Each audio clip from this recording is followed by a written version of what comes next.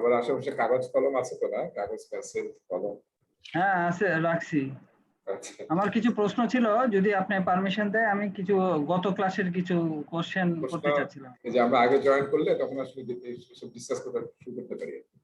ওকে, আপনি তো দেখতেছি মানে এই যে স্পিড বোট চালাচ্ছেন, কারণ হচ্ছে যে আপনি যে পড়াইছেন ফার্স্ট ক্লাসে, এবং ওই আহ, আমি বইটা আর কি সামহাও দেখলাম যে আমার কাছে বইটা ছিল আর কি। আপনি তো সফট কপি দিয়েছেন, হার্ড কপি আছে।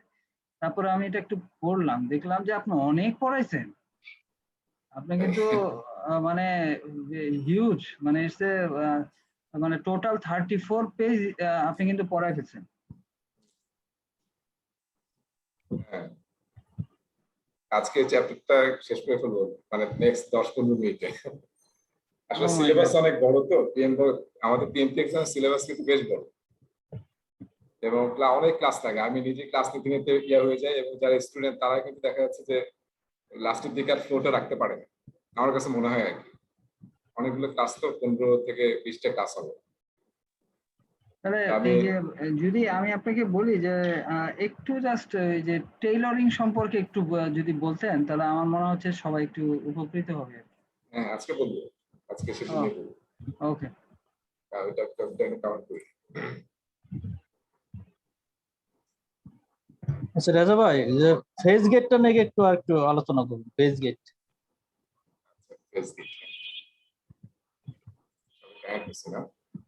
ফেজ গেট মানে হচ্ছে একটা ফেজ থাকে না, একটা প্রজেক্টে অনেকগুলো ফেজ থাকে। মানে আমরা প্রজেক্টের সুবিধার জন্য প্রজেক্টকে ভেঙে ফেজ ফেজ করি। ভাইয়া আসসালামু আলাইকুম। ভাইয়া আপনি কি আমাকে একটু আইডিটা আর পাসওয়ার্ডটা দিতে পারবেন? কারণ আমি ল্যাপটপে ক্লাস করলে সুবিধা, পাওয়ার পয়েন্ট দেখতে সুবিধা হয়। হ্যাঁ হ্যাঁ, ল্যাপটপে তো আমি প্রেফার করি। কিভাবে দেবো আপনাকে? আমাদের হোয়াটসঅ্যাপে বললেও হবে ভাই, আমি ল্যাপটপের সামনেই আছি, বলে দেন। আচ্ছা আচ্ছা, তাহলে বলি। ইয়ে আছে না, এখানে আমার লোক গেছে তো। আচ্ছা, আইডিটা না, জি আইডি হচ্ছে না না, এখানে 88 অফ করে কই আছে আপনার সামনে? 812 812 0903 0903 0207। 0207। আর পাসকোড হচ্ছে আপনার 823 823 221।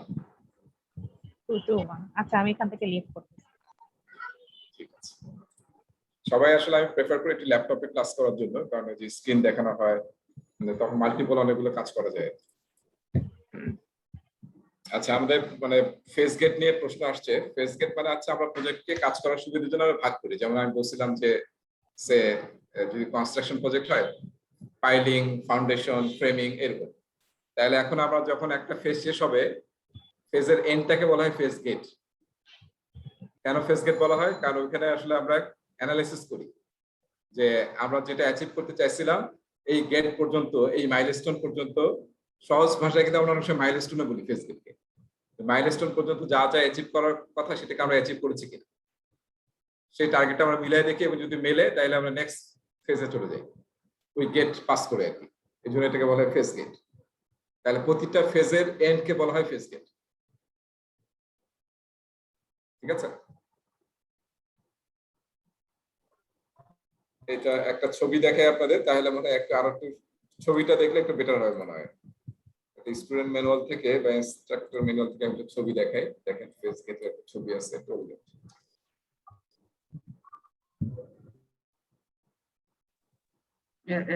আচ্ছা, এখন পিএম বুক আর হচ্ছে স্টুডেন্ট ম্যানুয়াল কখন পড়লে ভালো হয়? স্টুডেন্ট ম্যানুয়ালটি কি আগে পড়তে হবে নাকি পিএম বুক আগে পড়তে হবে?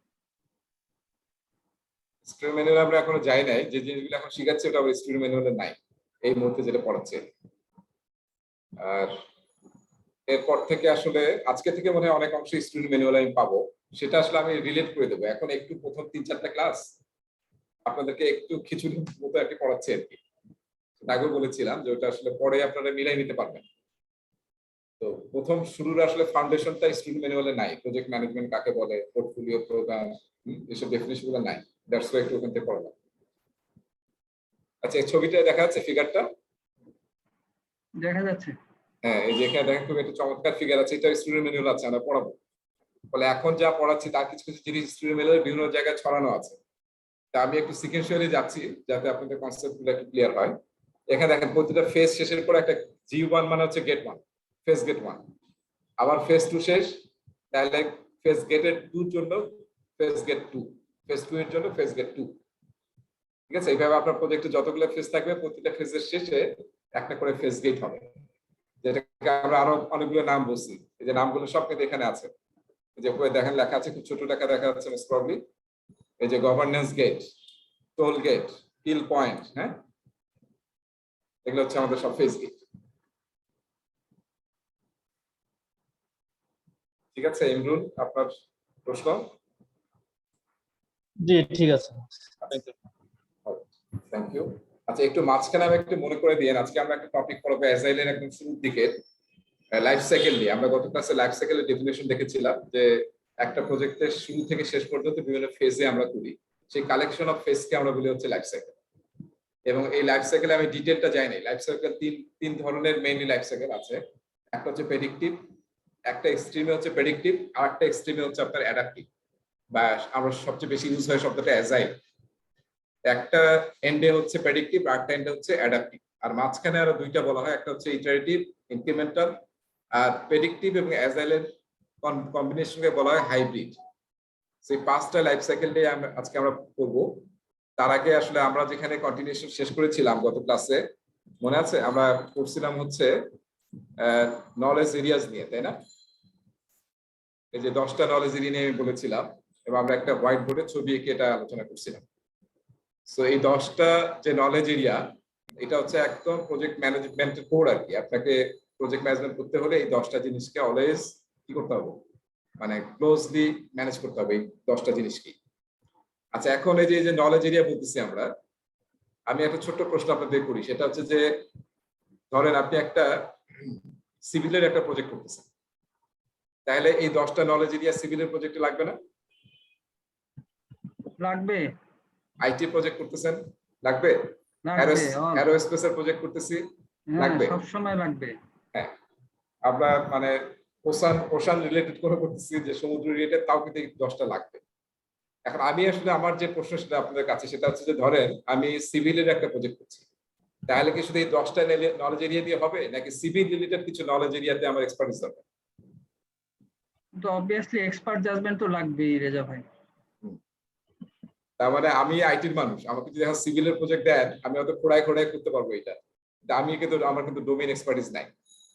তো যে মানে যে সাইডের প্রজেক্ট হবে তাদের কিন্তু আলাদা নলেজ এরিয়া আছে, আলাদা ডোমেইন আছে, সেই সম্বন্ধে অবশ্যই জ্ঞান থাকতে হবে, না তো আপনি হুট করে গিয়ে ওই প্রজেক্ট করতে পারবেন না। ঠিক আছে, সো এটা মনে রাখতে হবে, এই 10টা নলেজ এরিয়া হচ্ছে জেনেরিক নলেজ এরিয়া, যেটা সব প্রজেক্টের জন্যই জেনেরিক ভাবে অ্যাপ্লিকেবল।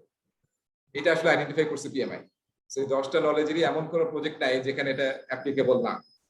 কিন্তু এর বাইরে আমি যখন যে ইন্ডাস্ট্রির প্রজেক্ট করবো, সেই ইন্ডাস্ট্রি স্পেসিফিক নলেজ আমার লাগবে, সেই স্পেসিফিক নলেজ এরিয়া জ্ঞান আমার লাগবে। ঠিক আছে, সেটা কিন্তু আমরা মাথায় রাখি। অনেক সময় আমরা যাতে এরকম না হয়ে যায়, বকডাউন হয়ে যায় যে এই 10টাই হচ্ছে আমাদের সবকিছু। নো, এই 10টা হচ্ছে জেনেরিক। আচ্ছা, এবার টেবিল একটা দেখাচ্ছি আমি। হ্যাঁ, দেখা যাচ্ছে টেবিলটা? ভাইয়া আর একটু বড় করতে হবে। হ্যাঁ, আর একটু বড় করতে হবে। দ্যাটস ওয়াই আমি একটু ছবিটা আসলে ওপেন করি আমার ফাইল থেকে, বেটার হবে তাহলে।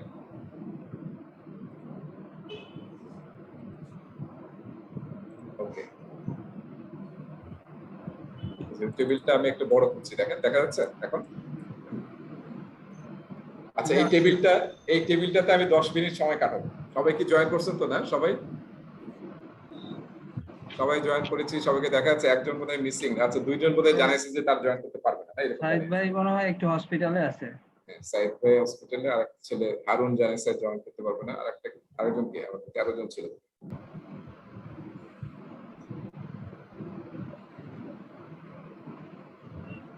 সারার ভাইয়ের কি অবস্থা? আপনি তো সেই মেসের মশারির মতো অবস্থা, যে পিছনে মশারি গুছাই রাখছেন।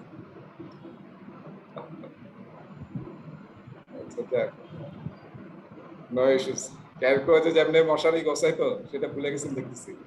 ক্যারকোজের মশারি গোছানো, এটা নস্টালজিক হয়ে গেলাম, মানে আমার হলের কথা মনে পড়ে গেল। থ্যাংক ইউ সরোয়ার ভাই। আচ্ছা ঠিক আছে। আচ্ছা আমাদের আরেকজন তাহলে মিসিং হলো, কে হলো? এখন যে ইম্পর্টেন্ট আলোচনা তো ভিডিও থাকবে, এটা আরেকটা প্রবলেম হয়ে গেছে, লোকজন ক্লাস ফাঁকি দেয় যে ভিডিওতে দেখা যাবে।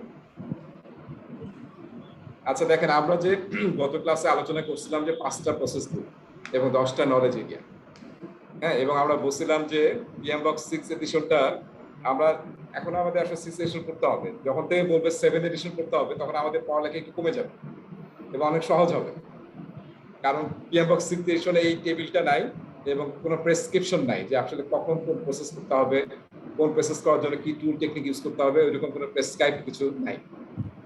পিএমবক্স 6 এডিশনকে বলা হয় মানে প্রেসক্রিপটিভ স্ট্যান্ডার্ড প্রজেক্ট ম্যানেজমেন্টের।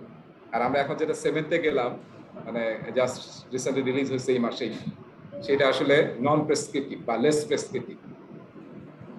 সো তবে এটা কোনো সমস্যা নেই, একটা জিনিস একটু মনে রাখি, যারা আগে পিএমবক্স 6 করেছি, এখানে দুই একজন করেছি হয়তো, আমরা মনে রাখতে হবে পিএমবক্স 6 কিন্তু 7 আসার পর এলিমিনেট হয়ে যায় না।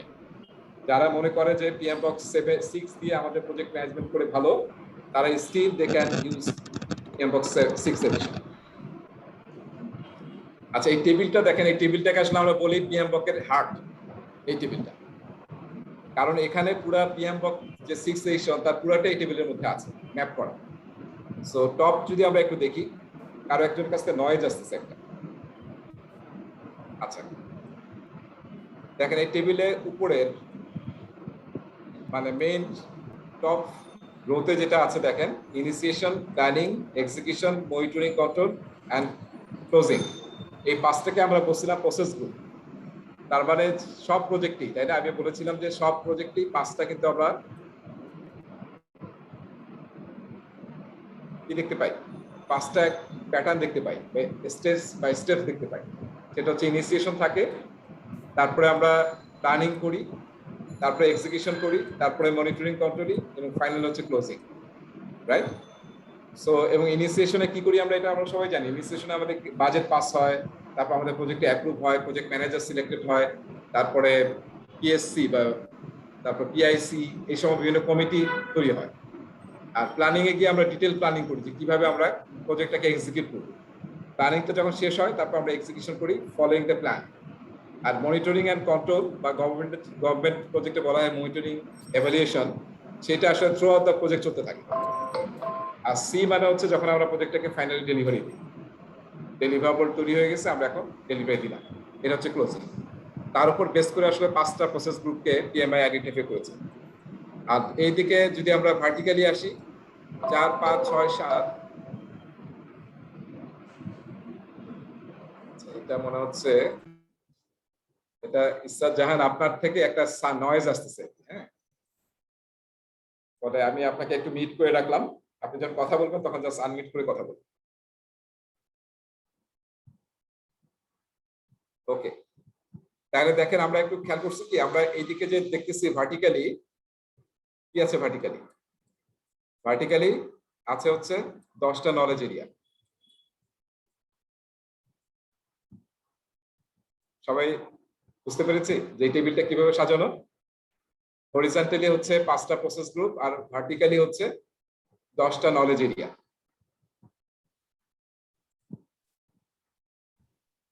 এটা 4 থেকে শুরু কেন? কারণ পিএমবকের চ্যাপ্টার নম্বর 4 আর কি, এই ডিসকাশনটা পিএমবকের 4 নম্বর চ্যাপ্টারে আছে, এই জন্য 4 থেকে শুরু। ঠিক আছে, হ্যাঁ, এটা আসলে এটা সবগুলো হচ্ছে চ্যাপ্টারের নাম্বার, চ্যাপ্টার 4, 5, 6, 7, 8 এবং পিএমবক আসলে 13টা চ্যাপ্টার আছে পিএমবক 6 এডিশনে। তার মধ্যে প্রথম 1 থেকে 3 চ্যাপ্টার হচ্ছে ফাউন্ডেশনাল নলেজ প্রজেক্ট ম্যানেজমেন্টের উপর, এবং আমরা কিন্তু এখন 1 নম্বর চ্যাপ্টারে আছি, যেটা আসলে ফাউন্ডেশন প্রজেক্টের বিভিন্ন ডেফিনেশন আছে। 1 থেকে 3 নম্বর চ্যাপ্টারটা বিভিন্ন ফাউন্ডেশনাল এলিমেন্টস নিয়ে আলোচনা করা হচ্ছে। তারপর 4 থেকে 13, এই যে আমরা 4 দেখতে পাচ্ছি এখানে, 4, 5, 6 সিকোয়েন্সিয়ালি, এই 4 থেকে 13 আছে আসলে আমাদের 10টা নলেজ এরিয়া। ঠিক আছে, সিকোয়েন্সিয়ালি এই চ্যাপ্টারগুলো আছে। আচ্ছা এখন দেখেন, আমাদের যেটা দেখা দরকার যে আমরা যখন ইনিশিয়েশন করব তখন আসলে পিএমবি আমাদেরকে বলে দিয়েছে, যখন আমরা ইনিশিয়েশন স্টেজে থাকবো যে কোনো প্রজেক্টের, তখন আসলে আমাদের দুইটা প্রসেস করতে হবে, একটা হচ্ছে চার্টার তৈরি করা, আর একটা কি ভার্টিক্যালি যদি নিচে আসেন দেখেন আর কোনো প্রসেস আছে, আরেকটা প্রসেস আছে, এই যে এটা আইডেন্টিফাই স্টেক হোল্ডার করা। এই দুইটা আসলে ইনিশিয়েশনের কাজ। আমরা প্রজেক্টে যখন ইনিশিয়েশন স্টেজে থাকবো তখন আমাদের কি করতে হবে, প্রথমত চার্টার তৈরি করতে হবে। চার্টার মানে কি? চার্টার মানে হচ্ছে হাই লেভেল প্রজেক্টের এক্সপেকটেশন, ডেসক্রিপশন, প্রজেক্টের বাজেট, প্রজেক্টের মাইলস্টোনস, প্রজেক্টের স্পন্সর কারা, তারপর প্রজেক্ট ম্যানেজার কে, প্রজেক্ট ডিরেক্টর কে, হ্যাঁ, কি স্টেক হোল্ডার্স কারা, হাই রিস্ক কি আইডেন্টিফাই করা গেছে এই পর্যন্ত, এই জিনিসগুলোকে আমরা বলি প্রজেক্ট। এই জিনিসগুলো প্রজেক্ট চার্টারে থাকে। যেটা যদি আমি গভর্নমেন্টের সাথে একটু মিলাই সেটা হচ্ছে আমাদের ডিপিপি তে থাকে। ডিপিপির কন্টেন্ট আর প্রজেক্ট চার্টারের কন্টেন্ট খুব কাছাকাছি মিল আছে দেখবেন। আমরা একটা স্যাম্পলও দেখাবো, সেই স্যাম্পলে দেখবেন যে একদম খুব কাছাকাছি। আর তার সাথে কি থাকে, তার সাথে হচ্ছে আমরা প্রথম শুরুতেই যে কাজটা করি, আমাদের কারা কারা স্টেক হোল্ডার আছে তাদেরকে আমরা আইডেন্টিফাই করার চেষ্টা করি, কারণ এরপরে যত কাজ করবো সবকিছু আসলে স্টেক হোল্ডারকে দিয়ে কাজ হবে। সো দ্যাটস ওয়াই আমি আইডেন্টিফাই স্টেক হোল্ডার প্রসেসটা করবো। তার মানে ইনিশিয়েশনে আমরা কয়টা প্রসেস করছি? ইনিশিয়েশনে দুইটা প্রসেস করছি। দুইটা। হ্যাঁ, এবার আসেন প্ল্যানিং এ। Planning process group. আজকে কি রিয়াজ জয়েন করেন নাই? রিয়াজ কি মিসিং? রিয়াজ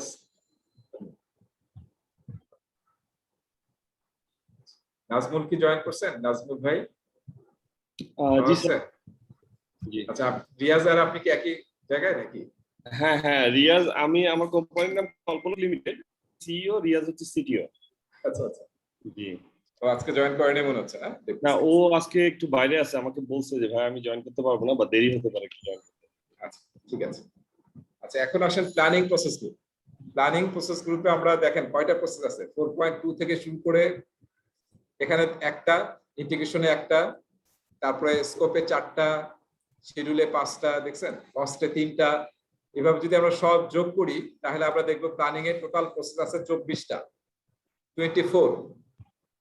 ঠিক আছে, এরপরে আসতেছি পরেরটা কি, তার মানে আমরা যখন প্ল্যানিং করব, প্ল্যানিং স্টেজে থাকবো প্রজেক্টে, তখন আমাদেরকে এই 24টা প্রসেস ফলো করতে হবে।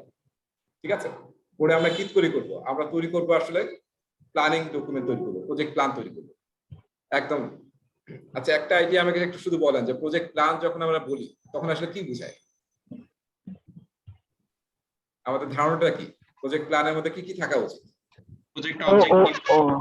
ওভারঅল প্ল্যান আর কি, যে তার সবই তো থাকা, প্ল্যানিং, অর্গানাইজিং, দেন কন্ট্রোলিং, দেন হচ্ছে আমি কাকে ডেজিগনেট করব, দেন মনিটরিং, সবই থাকবে না?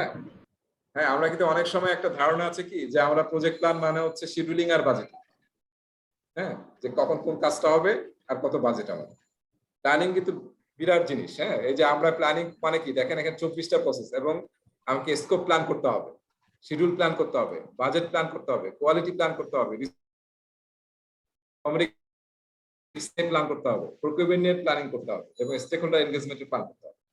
সো কোনো কিছু বাদ নাই কিন্তু প্ল্যানিং হিউজ, হ্যাঁ, একটা ফ্যাক্টর। এবং প্রজেক্ট প্ল্যানিং কিন্তু দেখলাম আমরা 24টা প্রসেস। টোটাল প্রসেসের সংখ্যা কি আমি বলেছিলাম? 49 প্রসেস। 49 process, right? তার মধ্যে 24টা হচ্ছে প্ল্যানিং। তার মানে কি বুঝলাম? মানে অলমোস্ট 50% প্ল্যানিং।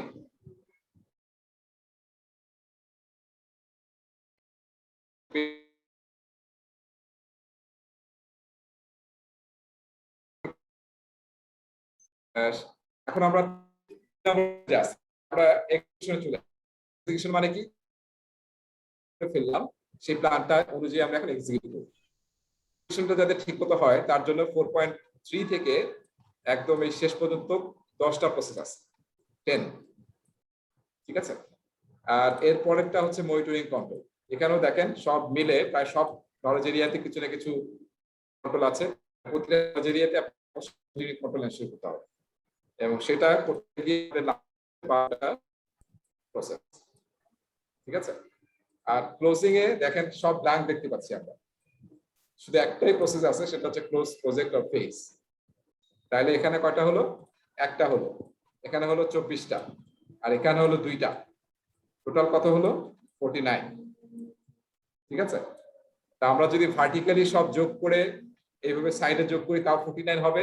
আবার যদি এই সবগুলোকে যোগ করে, এখানে কয়টা আছে? 7টা, এখানে আছে 6টা, এখানে আছে 6টা, 4টা, এইভাবে যদি যোগ করেন তাও 49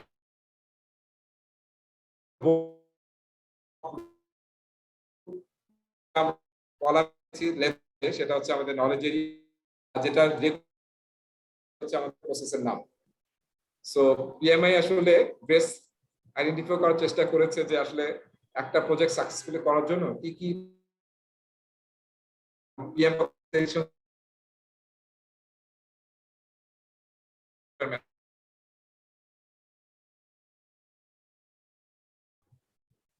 এখন পয়েন্ট সেটা হচ্ছে যে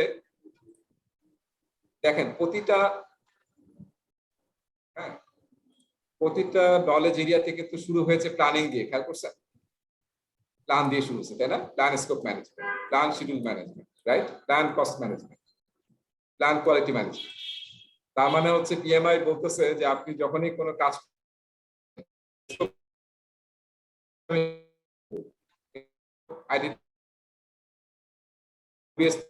কিভাবে জন্য প্ল্যানিং করে ফেলতে হবে আগে।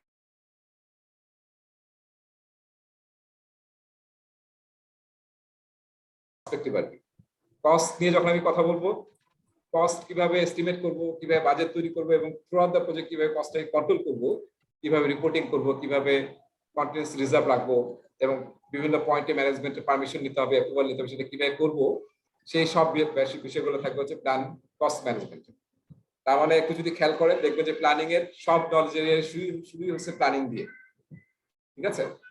আচ্ছা, এরপরে এই স্টেজে আমার কাছে মনে হয় আমরা একটা ছোট, যেহেতু আর্জেন্টিনা ব্রাজিলের খেলা হলো, তাই না? আমাদের তো একটু ফুটবল খেলা দরকার, একটা ছোট্ট ভিডিও দেখাবো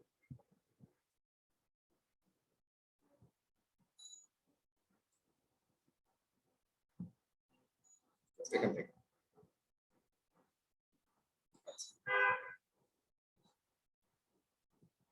আচ্ছা, একটা ছোট ভিডিও দেখাবো। ভিডিওটা অন হয়েছে না? স্ক্রিন শেয়ার করিনি? জি স্যার, দেখা যাচ্ছে ভিডিও। আচ্ছা ঠিক আছে, আমি জাস্ট সাউন্ডটা শেয়ার করে দিচ্ছি।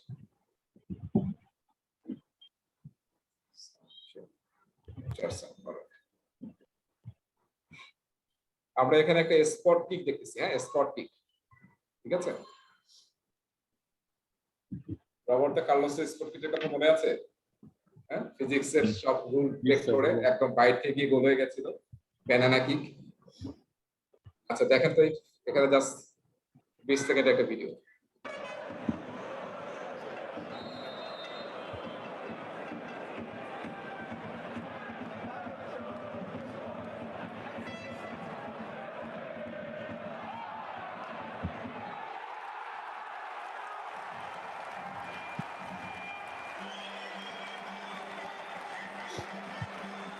দেখছি, আমরা রিপ্লে দেখছি। জি স্যার। হ্যাঁ, এটা কি আসলে, এটা কি কোনো প্ল্যান ছিল নাকি প্ল্যান ছিল না? প্ল্যান ছিল। ইনিশিয়ালি মনে হচ্ছিল যে দেয়ার ওয়াজ নো প্ল্যান, সবাই কি করতে যাচ্ছে, আসলে that was the plan, right? Pre plan. হ্যাঁ, সো এটা কিন্তু আমরা মনে হয় লাস্ট বিশ্বকাপ এবং তার 2-1-3টা বিশ্বকাপ থেকে এটা অনেক বেশি দেখতেছি। আগে কিন্তু কম ছিল। ওই যে একটা গোল দেখলাম আমরা, কার গোল যেন দেখলাম, সবাই লাভ দিল, সুয়ারেজের বোধহয় একটা গোল দেখছিলাম এই বিশ্বকাপের আগে বিশ্বকাপে, সবাই লাভ দিয়েছে আর সে ফ্রি কিকে ছিল। হ্যাঁ, সে লাভ দিয়েছে, তখন নিচ দিয়ে কিন্তু কিক করছে। এটা আসলে কখনোই দেখা যায় নাই, মানে সমানে যে আমরা বাম দিক দিয়ে বা উপর দিক দিয়ে ব্যানানা কিক বা কিক নেই, হ্যাঁ স্যার। এইবারে দেখা গেছে যে সবাই নিচে একজন শুয়ে থাকে ফ্রি কিকের সময়, এইবার দেখা গেছে এটা। আচ্ছা, এর আগে কখনো দেখিনি এটা। এর আগে কখনো আমি শুয়ে থাকতে দেখি নাই। হ্যাঁ, তো কি একজন শুয়ে থাকে নিচে? হ্যাঁ, শুয়ে থাকে পিছনে। ফ্রি কিকে একজন শুয়ে থাকে। আচ্ছা, সামনে যারা দাঁড়ায় থাকে তার পিছনে একজন শুয়ে থাকে। হ্যাঁ, এটা আসলে দেখেন যে এই সমস্ত ট্রিক্স, আবার নতুন ট্রিক্স চলে আসবে।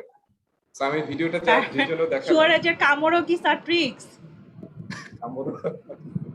আচ্ছা, ইদানিং তো আর কামড় দেয় না, আগে বোধহয় কামড় দিত, দাঁত বোধহয় সুশীল করতো আর কি, এখন বোধহয় আর কামড়ের রেকর্ড শুনি না। আচ্ছা, যাই হোক, ওই কি যেন সেন্সোডাইন ইউজ করে নাই মনে হয়, বুঝছেন? আচ্ছা, তাহলে আমরা যেটা বলতে যাচ্ছি যে আমাদের আসলে প্ল্যানটা করতে হবে, সব জায়গায় প্ল্যান, কিছু না কিছু প্ল্যান করবো আমরা, হ্যাঁ। এবং এটা আমরা একটা জিনিস মনে রাখা, একটা শব্দ এখন অনেক জায়গায় শুনবেন, সেটা হচ্ছে যে জাস্ট গুড এনাফ প্ল্যানিং। মানে একদম বিরাট প্ল্যান করতে হবে এরকম না, জাস্ট আমরা যাতে শুরু করতে পারি, কিন্তু প্ল্যান ছাড়া যাবো না, কিছু না কিছু প্ল্যান যাতে আমরা করি। সো পিএমআই এর কিন্তু অ্যাপ্রোচটা এটা, যাই করেন না কেন তার আগে আপনি কিছু একটু হলেও প্ল্যান করে নেন, হ্যাঁ। আর কি করতে যাচ্ছেন সেটা রোড ম্যাপটা ঠিক করে নেন, এটা দেখেন আমাদের লাইফে কিন্তু খুবই অ্যাপ্রোপ্রিয়েট। সো সেই বিষয়টার জন্য সব জায়গায় দেখবেন প্ল্যান। আচ্ছা, আপনারা একটু প্রসেসের নামগুলো যদি একটু খেয়াল করেন, কেউ কি কোনো কিছু পাচ্ছেন? প্রতিটা প্রসেসের নাম কি দিয়ে শুরু হয়েছে? মানে ওই যে আমরা যদি পাস্ট পার্টিসিপল বলি, নাউন, ভার্ব, অ্যাডভার্ব, কি দিয়ে শুরু হয়েছে প্রতিটা প্রসেসের দিয়ে। স্যার নাম? ভার্ব দিয়ে শুরু হয়েছে। এবং এই ভার্বটা কিন্তু আবার একটু খেয়াল করে অ্যাকশন ভার্ব। তার মানে আপনার কাছে কাজ করতে হবে, ডেভেলপ প্রজেক্ট চার্টার। এটা না যে প্রজেক্ট চার্টার ডেভেলপমেন্ট। আপনারা যারা আগে অনেক ভাষণ করছেন, আমরা পিএমবক 4th এডিশনে এটা নামটা ছিল project charter development, project management plan development, এরকম নাম ছিল, scope management plan, requirement collection, এরকম নামগুলো ছিল। 5th এডিশনে এসে পিএমআই এটা মেজর চেঞ্জ করে এই টেবিলে, যে প্রতিটার নাম শুরু হয় অ্যাকশন ভার্ব দিয়ে। কেন? প্রজেক্ট ম্যানেজমেন্টে আমরা ডেফিনেশন দেখেছিলাম, প্রজেক্ট ম্যানেজমেন্ট যে এন্ডেভিয়র, তাই না, আমাদেরকে আসলে কাজ করতে হবে। সো এটা কিন্তু কাজ, প্রতিটা জিনিস কাজ করে করে আমাদেরকে নিয়ে আসতে হবে, যে প্রজেক্ট চার্টারটা তৈরি করতে হবে, আসলে প্ল্যানটা তৈরি করতে হবে, that is an effort. So এইটাকে এমফাসিস দেওয়ার জন্য পিএমআই আসলে সূক্ষ্ম একটা চেঞ্জ করেছিল 5th এডিশন থেকে, যে প্রতিটা প্রসেসের নাম অ্যাকশন ভার্ব দিয়ে শুরু হয়েছে। ঠিক আছে? আচ্ছা, এরপরে আসেন, এখানে যদি খেয়াল করেন দেখেন যে আমরা কিন্তু বলেছিলাম যে প্রজেক্ট ম্যানেজারের কাজ, কোন নলেজ এরিয়াতে প্রজেক্ট ম্যানেজারের কাজ সবচেয়ে বেশি? এই যে বিভিন্ন নলেজ এরিয়া, ইন্টিগ্রেশন বলেছিলাম, তাই না? যে আমরা যদি স্পেসিফিকলি বলি যে কোন নলেজ এরিয়াটা প্রজেক্ট ম্যানেজার, তাহলে কোনটা সেটা? ইন্টিগ্রেশন ম্যানেজমেন্ট, যেটা দ্বারা সে সবকিছু ইউনিফাই করবে, ইন্টিগ্রেট করবে, হ্যাঁ, সবকিছু হোলিস্টিক ভাবে দেখবে। তো সেটা হচ্ছে ইন্টিগ্রেশন ম্যানেজমেন্ট।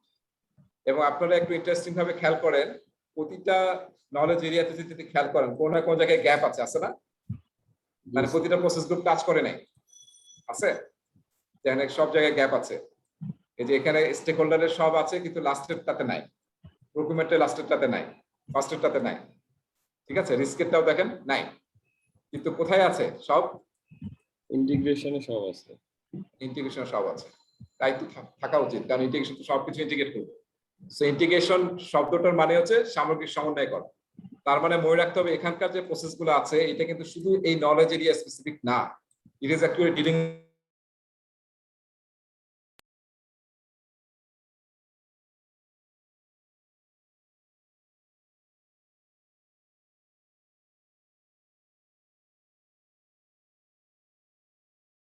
করতে হবে এবং সবকিছুকে ইন্টিগ্রেট করতে হবে, ভার্টিক্যালি যত কিছু আছে।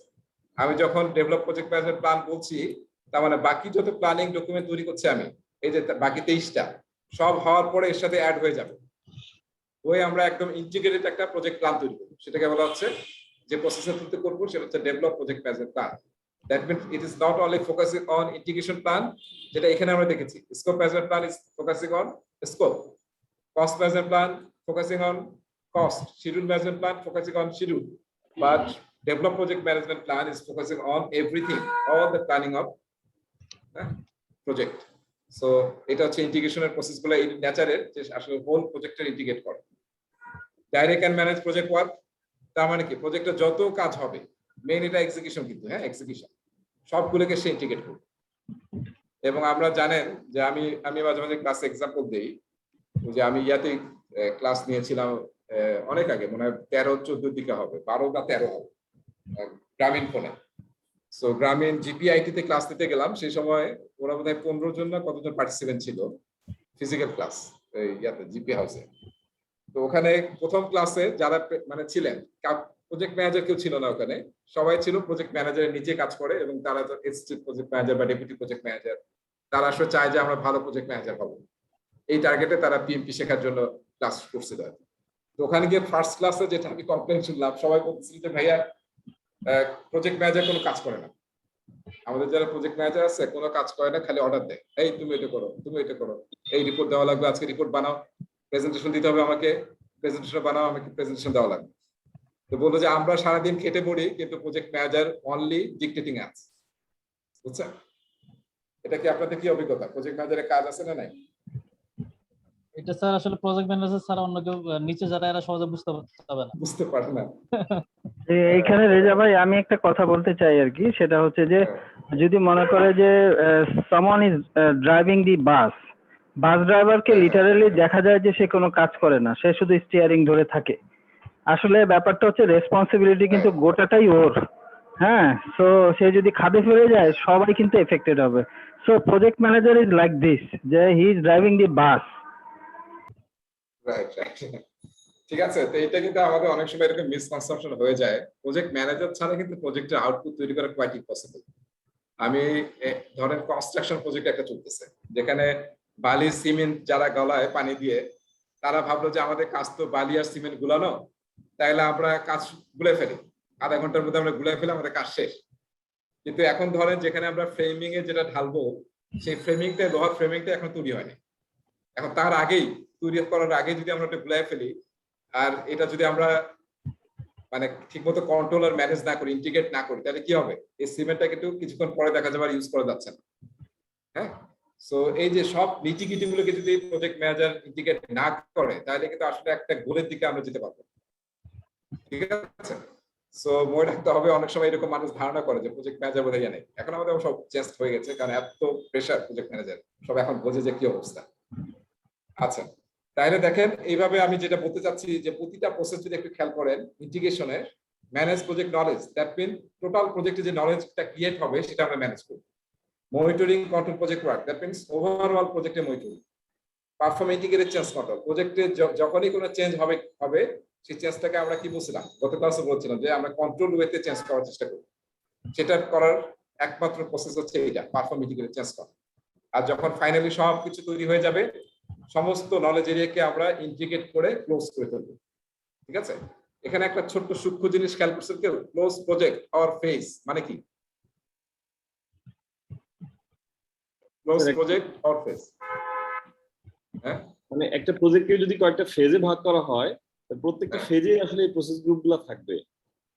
রাইট, এটা আমি ক্লোজ করতে হবে। হ্যাঁ এক্সাম্পল দেখেছিলাম, তাই না? যে বড় একটা প্রজেক্টের ফেজ 1 এ ধরেন সার্ভে, তারপর হচ্ছে রিসার্চ, তারপর হচ্ছে আপনি পাইলট ইমপ্লিমেন্টেশন। তাহলে এখানেও কিন্তু initiation, planning, execution, monitoring control থাকবে। তার মানে ওই প্রজেক্টে তো একবারে শেষ হয় নাই, ফেজটা শেষ হয়েছে। সেই জন্য বলতেছি, যদি এটা একটা বড় প্রজেক্ট হয় তাহলে ক্লোজ ফেজটা হবে আর কি। তারপর আবার নেক্সট ফেজ শুরু হবে, ফেজ গেট হবে, নেক্সট ফেজ শুরু। ঠিক আছে, অর ফেজ এই শব্দটা কিন্তু পিএমবকে আগে ছিল না।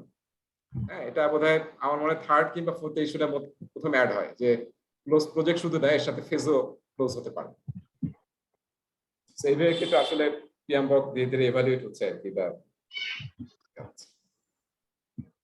ঠিক আছে, তাহলে এই হচ্ছে আমাদের মোটামুটি আন্ডারস্ট্যান্ডিং এই টেবিলের।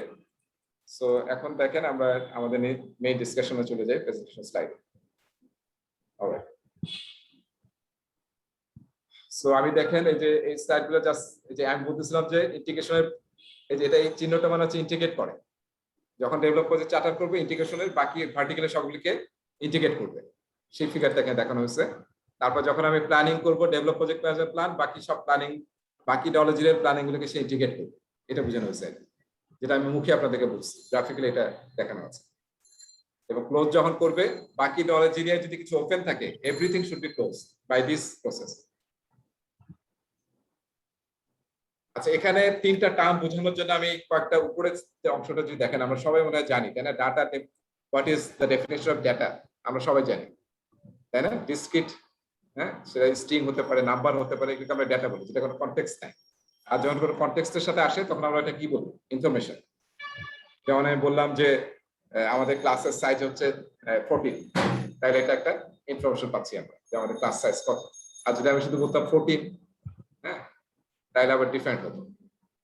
আচ্ছা, আর নলেজ কি? নলেজ আসলে মোর ফর্মালাইজ, অনেক ইনফরমেশন থেকে আমরা নলেজ পাই, যেটার সাথে এক্সপিরিয়েন্স এবং আরো অনেক কিছু, এক্সপিরিয়েন্স, আমাদের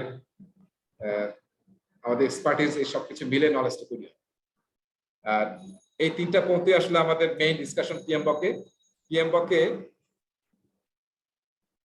আমি যদি এরকম একটা শব্দ লিখি, এটা একটু আমাদের একটু এক্সাম্পল দেওয়া দরকার। 2010 স্পেন, 2010 স্পেন, তারপর ওয়ার্ল্ড কাপ, ঠিক আছে, তারপর হচ্ছে চ্যাম্পিয়ন, তারপর এজ, এভারেজ এজ 27 থেকে 29 বা 28 ধরো, 26 থেকে 28। আমি যদি প্রতিটা আলাদা আলাদা বলি তাহলে কি এক একটা কি ডেটা, তাই না? এখন আমি যদি সব মিলিয়ে বলি যে 2010 সালে বিশ্বকাপের চ্যাম্পিয়ন হয়েছিল স্পেন, যাদের টিমের এভারেজ বয়স ছিল 26 থেকে 28 এর মধ্যে, তাহলে একটা কি হলো ইনফরমেশন, ঠিক আছে?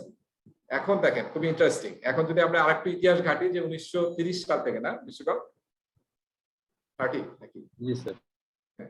30 থেকে যতগুলো বিশ্বকাপ হয়েছে সব বিশ্বকাপের টিমগুলো যারা চ্যাম্পিয়ন হয়েছে দেখা গেছে তাদের বেশিরভাগ টিমেরই চ্যাম্পিয়ন টিমের এভারেজ ছিল 26 থেকে 28। বুঝতে পারছি? এটা কিন্তু more than knowledge, more than information, we are creating the knowledge analysis করে যে লাস্ট যে এত বছর 30 সাল থেকে এত বছর বিশ্বকাপ হলো যারা চ্যাম্পিয়ন হয়েছে তারা আসলে 26 থেকে 28 এজের প্লেয়ারদের নিয়ে খেলেছে। তাহলে এখন আপনাকে যদি বলা হয় যে নেক্সট বিশ্বকাপে আমি ব্রাজিল বা আর্জেন্টিনা টিম তৈরি করব, তাহলে আপনি কি করবেন? টার্গেট কি হবে আপনার? আর্জেন্টিনা। হ্যাঁ, তাহলে আমাদের টার্গেট কি হবে যে আমরা আসলে এইটাকে ফোকাস করার চেষ্টা করব যে আমাদের এজটা যাতে এরকম হয়, ঠিক আছে? এই যে আর্জেন্টিনা লাস্ট বিশ্বকাপে, হ্যাঁ, যে এমবাপ্পে তার সাথে কিন্তু দৌড়াই কেউ পারতেছিল না, কারণ হি ওয়াজ ভেরি ইয়াং, আর বাকিরা যারা আর্জেন্টিনার ইয়াতে ছিল তারা কিন্তু বেশ ওল্ড মানে এজ ছিল, এবং আর্জেন্টিনার বয়সে আমি যাই না, মনে হয় 30+ ছিল এভারেজ এজ পুরো টিমে, ঠিক আছে? দেখেন এই যে খুবই কিন্তু ইম্পর্টেন্ট একটা ইনফরমেশন। সো আমরা কি নলেজটা কিন্তু আমরা এইভাবে ইনফরমেশন থেকে we can gather the knowledge. আর উইজডম মানে কি? এখন এই নলেজ তো সবারই আছে, এটা কি আমার আছে শুধু? এটা ওয়ার্ল্ড কাপে যত কোচ আছে এভরিওয়ান নোজ দিস। এখন কোন কোচ কত উইজডম অ্যাপ্লাই করতে পারে সেটা আসলে ডিফারেন্ট বল গেম। সেই বল গেমটা আসলে মানে আইডেন্টিফাই করা বা ওটাকে ক্যাপচার করা is quite difficult.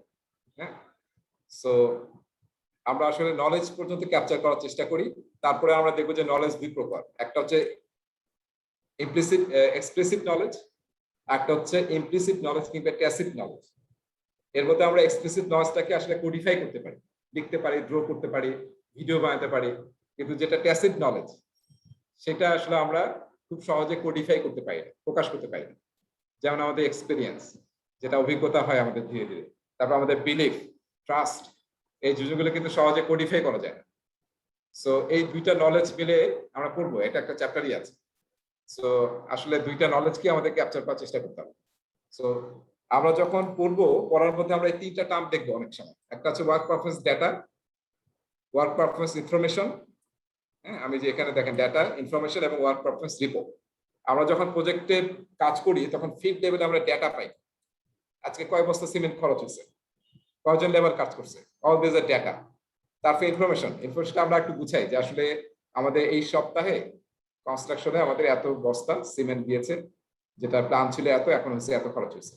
R report কি? রিপোর্ট আসলে আমরা আরো কোথায় যাই, এটা আসলে ফিল্ড লেভেলের লোকজন দেখে, এটা হয়তো প্রজেক্ট ম্যানেজার বা সিনিয়র লোকজন, হ্যাঁ, মিড ম্যানেজমেন্ট। আর যখন আমরা রিপোর্ট দিই মান্থলি বা বাই উইকলি কিংবা 3 কোয়ার্টারলি রিপোর্টস, সেটা কি? সেটাকে এই ডেটা ইনফরমেশন থেকে আসে, কিন্তু সেটাকে অনেক কনসলিডেট, কারণ management is focus on the birds view, not focus on the data, যেটা আপনার কাজ, আমার কাজ, ফিল্ড লেভেলের লোকজনের কাজ। সো আমরা দেখবো স্টুডেন্ট ম্যানুয়াল এবং পিএমবকে এই তিনটা জিনিস, শুরুতে আমরা ডেটা পাবো, তারপর সেটা থেকে আমরা ইনফরমেশন তৈরি করবো, সেটার নাম পিএমবকে বলছে work performance data, work performance information এবং ওয়ার্ক পারফরম্যান্স রিপোর্ট। এই নলেজের কিন্তু সবচেয়ে সিম্পলেস্ট প্রেজেন্টেশন হচ্ছে রিপোর্ট, ঠিক আছে?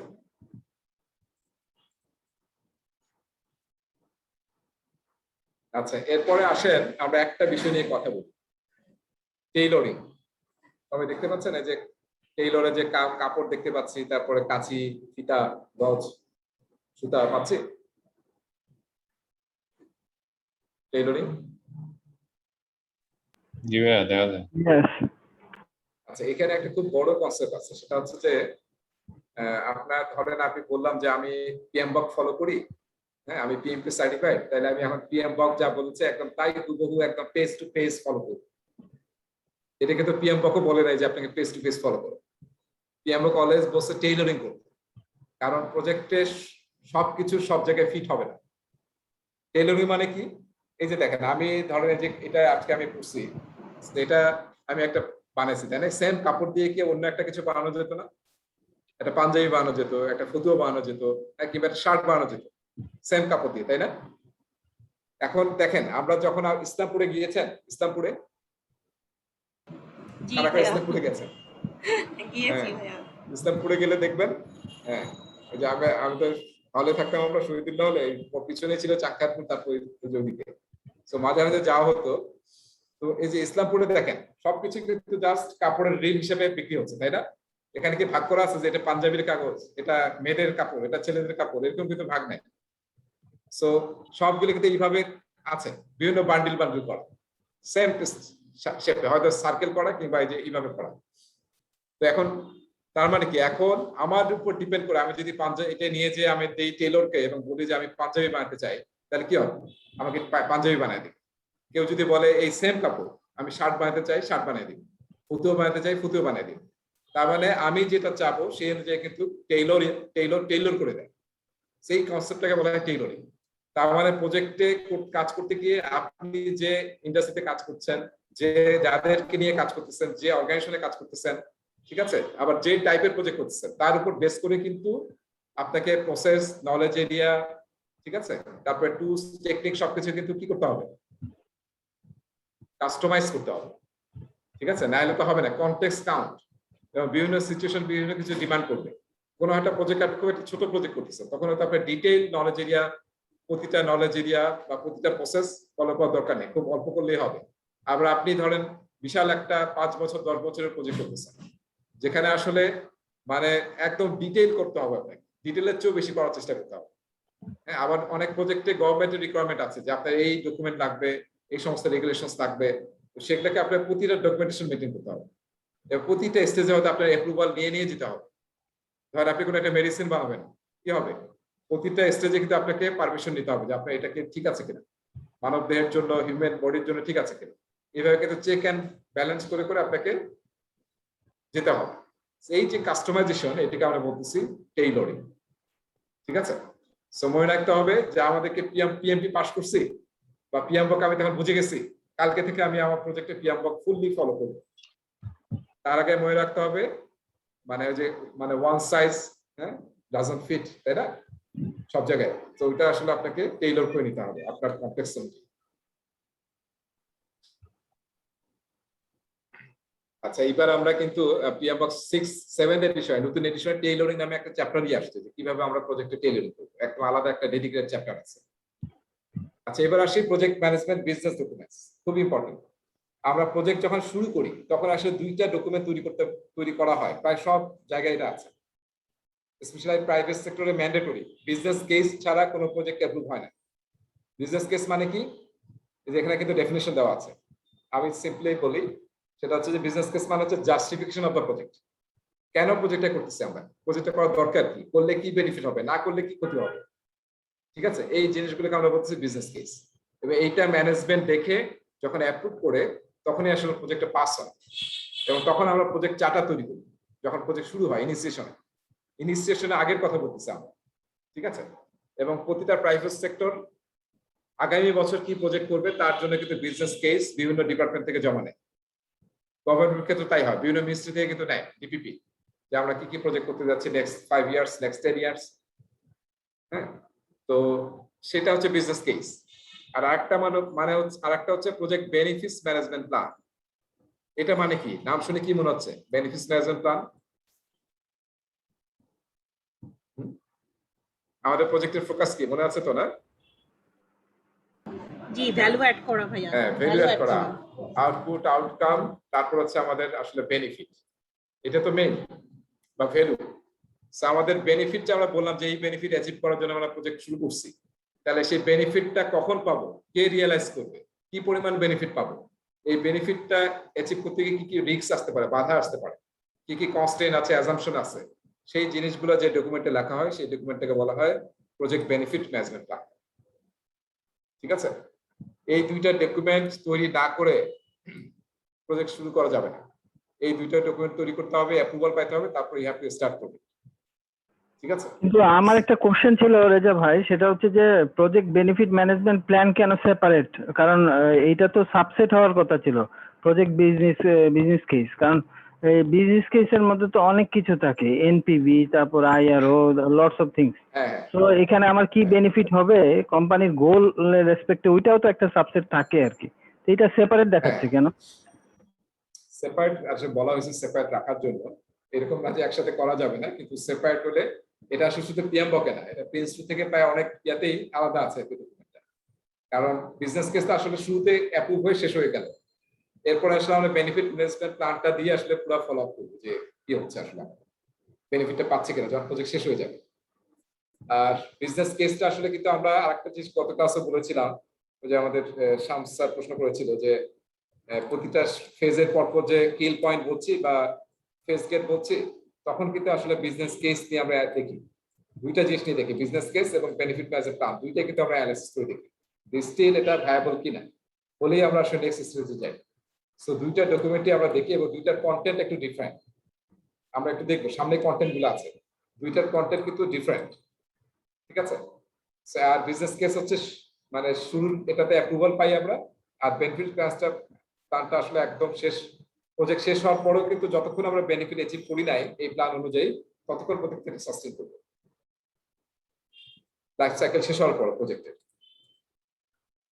আচ্ছা আমি দেখি এই ফিগারটা খুবই ইন্টারেস্টিং। হ্যাঁ, যেখানে যে অনেকে প্রশ্ন করেছিল যে আমরা আসলে প্রজেক্ট, যে আমরা নিডস অ্যাসেসমেন্ট ওয়াইড একটা প্রশ্ন করছিলাম, তাই না সাদিক? হ্যাঁ ভাই বলেন। এই যে তুমি না, প্রশ্ন যে আমি করেছিলে, বলছিলাম যে এটা মানে বিজনেস কেস আগে হবে না পরে হবে? হ্যাঁ বিজনেস কে যেমন তুমি বলছিলে ফিজিবিলিটি স্টাডি, সো এই যে নিডস অ্যাসেসমেন্ট, ঠিক আছে, বা ফিজিবিলিটি স্টাডি, এই সবকিছু কিন্তু আমরা ফিজিবিলিটি স্টাডি অনেক সময় বলা হয়। হ্যাঁ, সেটাতে কিন্তু আমরা করতেছি কখনো যে প্রি প্রজেক্ট ওয়ার্ক কিন্তু, ঠিক আছে? প্রজেক্ট কিন্তু শুরু হয়েছে এখান থেকে, প্রজেক্ট লাইফ সাইকেল, তার আগে কিন্তু আমাদের এই সব কাজগুলো করতে হবে, feasibility study, needs assessment, business case, benefits management plan. এটা হওয়ার পরে যখন আমরা এখানে পারমিশন পাবো অ্যাপ্রুভ, ঠিক আছে, একনাকে অ্যাপ্রুভ হয়েছে, তখন আমরা কি প্রজেক্ট চার্টার লেখা শুরু করবো, স্টার্টিং দ্য প্রজেক্ট, তার মানে ইনিশিয়েশন, অর্গানাইজিং, প্রিপেয়ারিং, এখানে একটা কমন নাম দেওয়া হয়েছে, ওই পিএম বকের ইনিশিয়েশন, প্ল্যানিং, এক্সিকিউশন বলে নাই, খুবই সিম্পল জেনেরিক নাম বলা হয়েছে, জেনেরিক ফেজ, এই যে একটু খেয়াল করেন জেনেরিক ফেজ, সেটা হচ্ছে starting the project, this is actually initiation, organising and preparing এটা মানে হচ্ছে planning, carrying out the work মানে হচ্ছে এক্সিকিউশন, ঠিক আছে? আর কমপ্লিট দ্য প্রজেক্ট হচ্ছে ক্লোজ,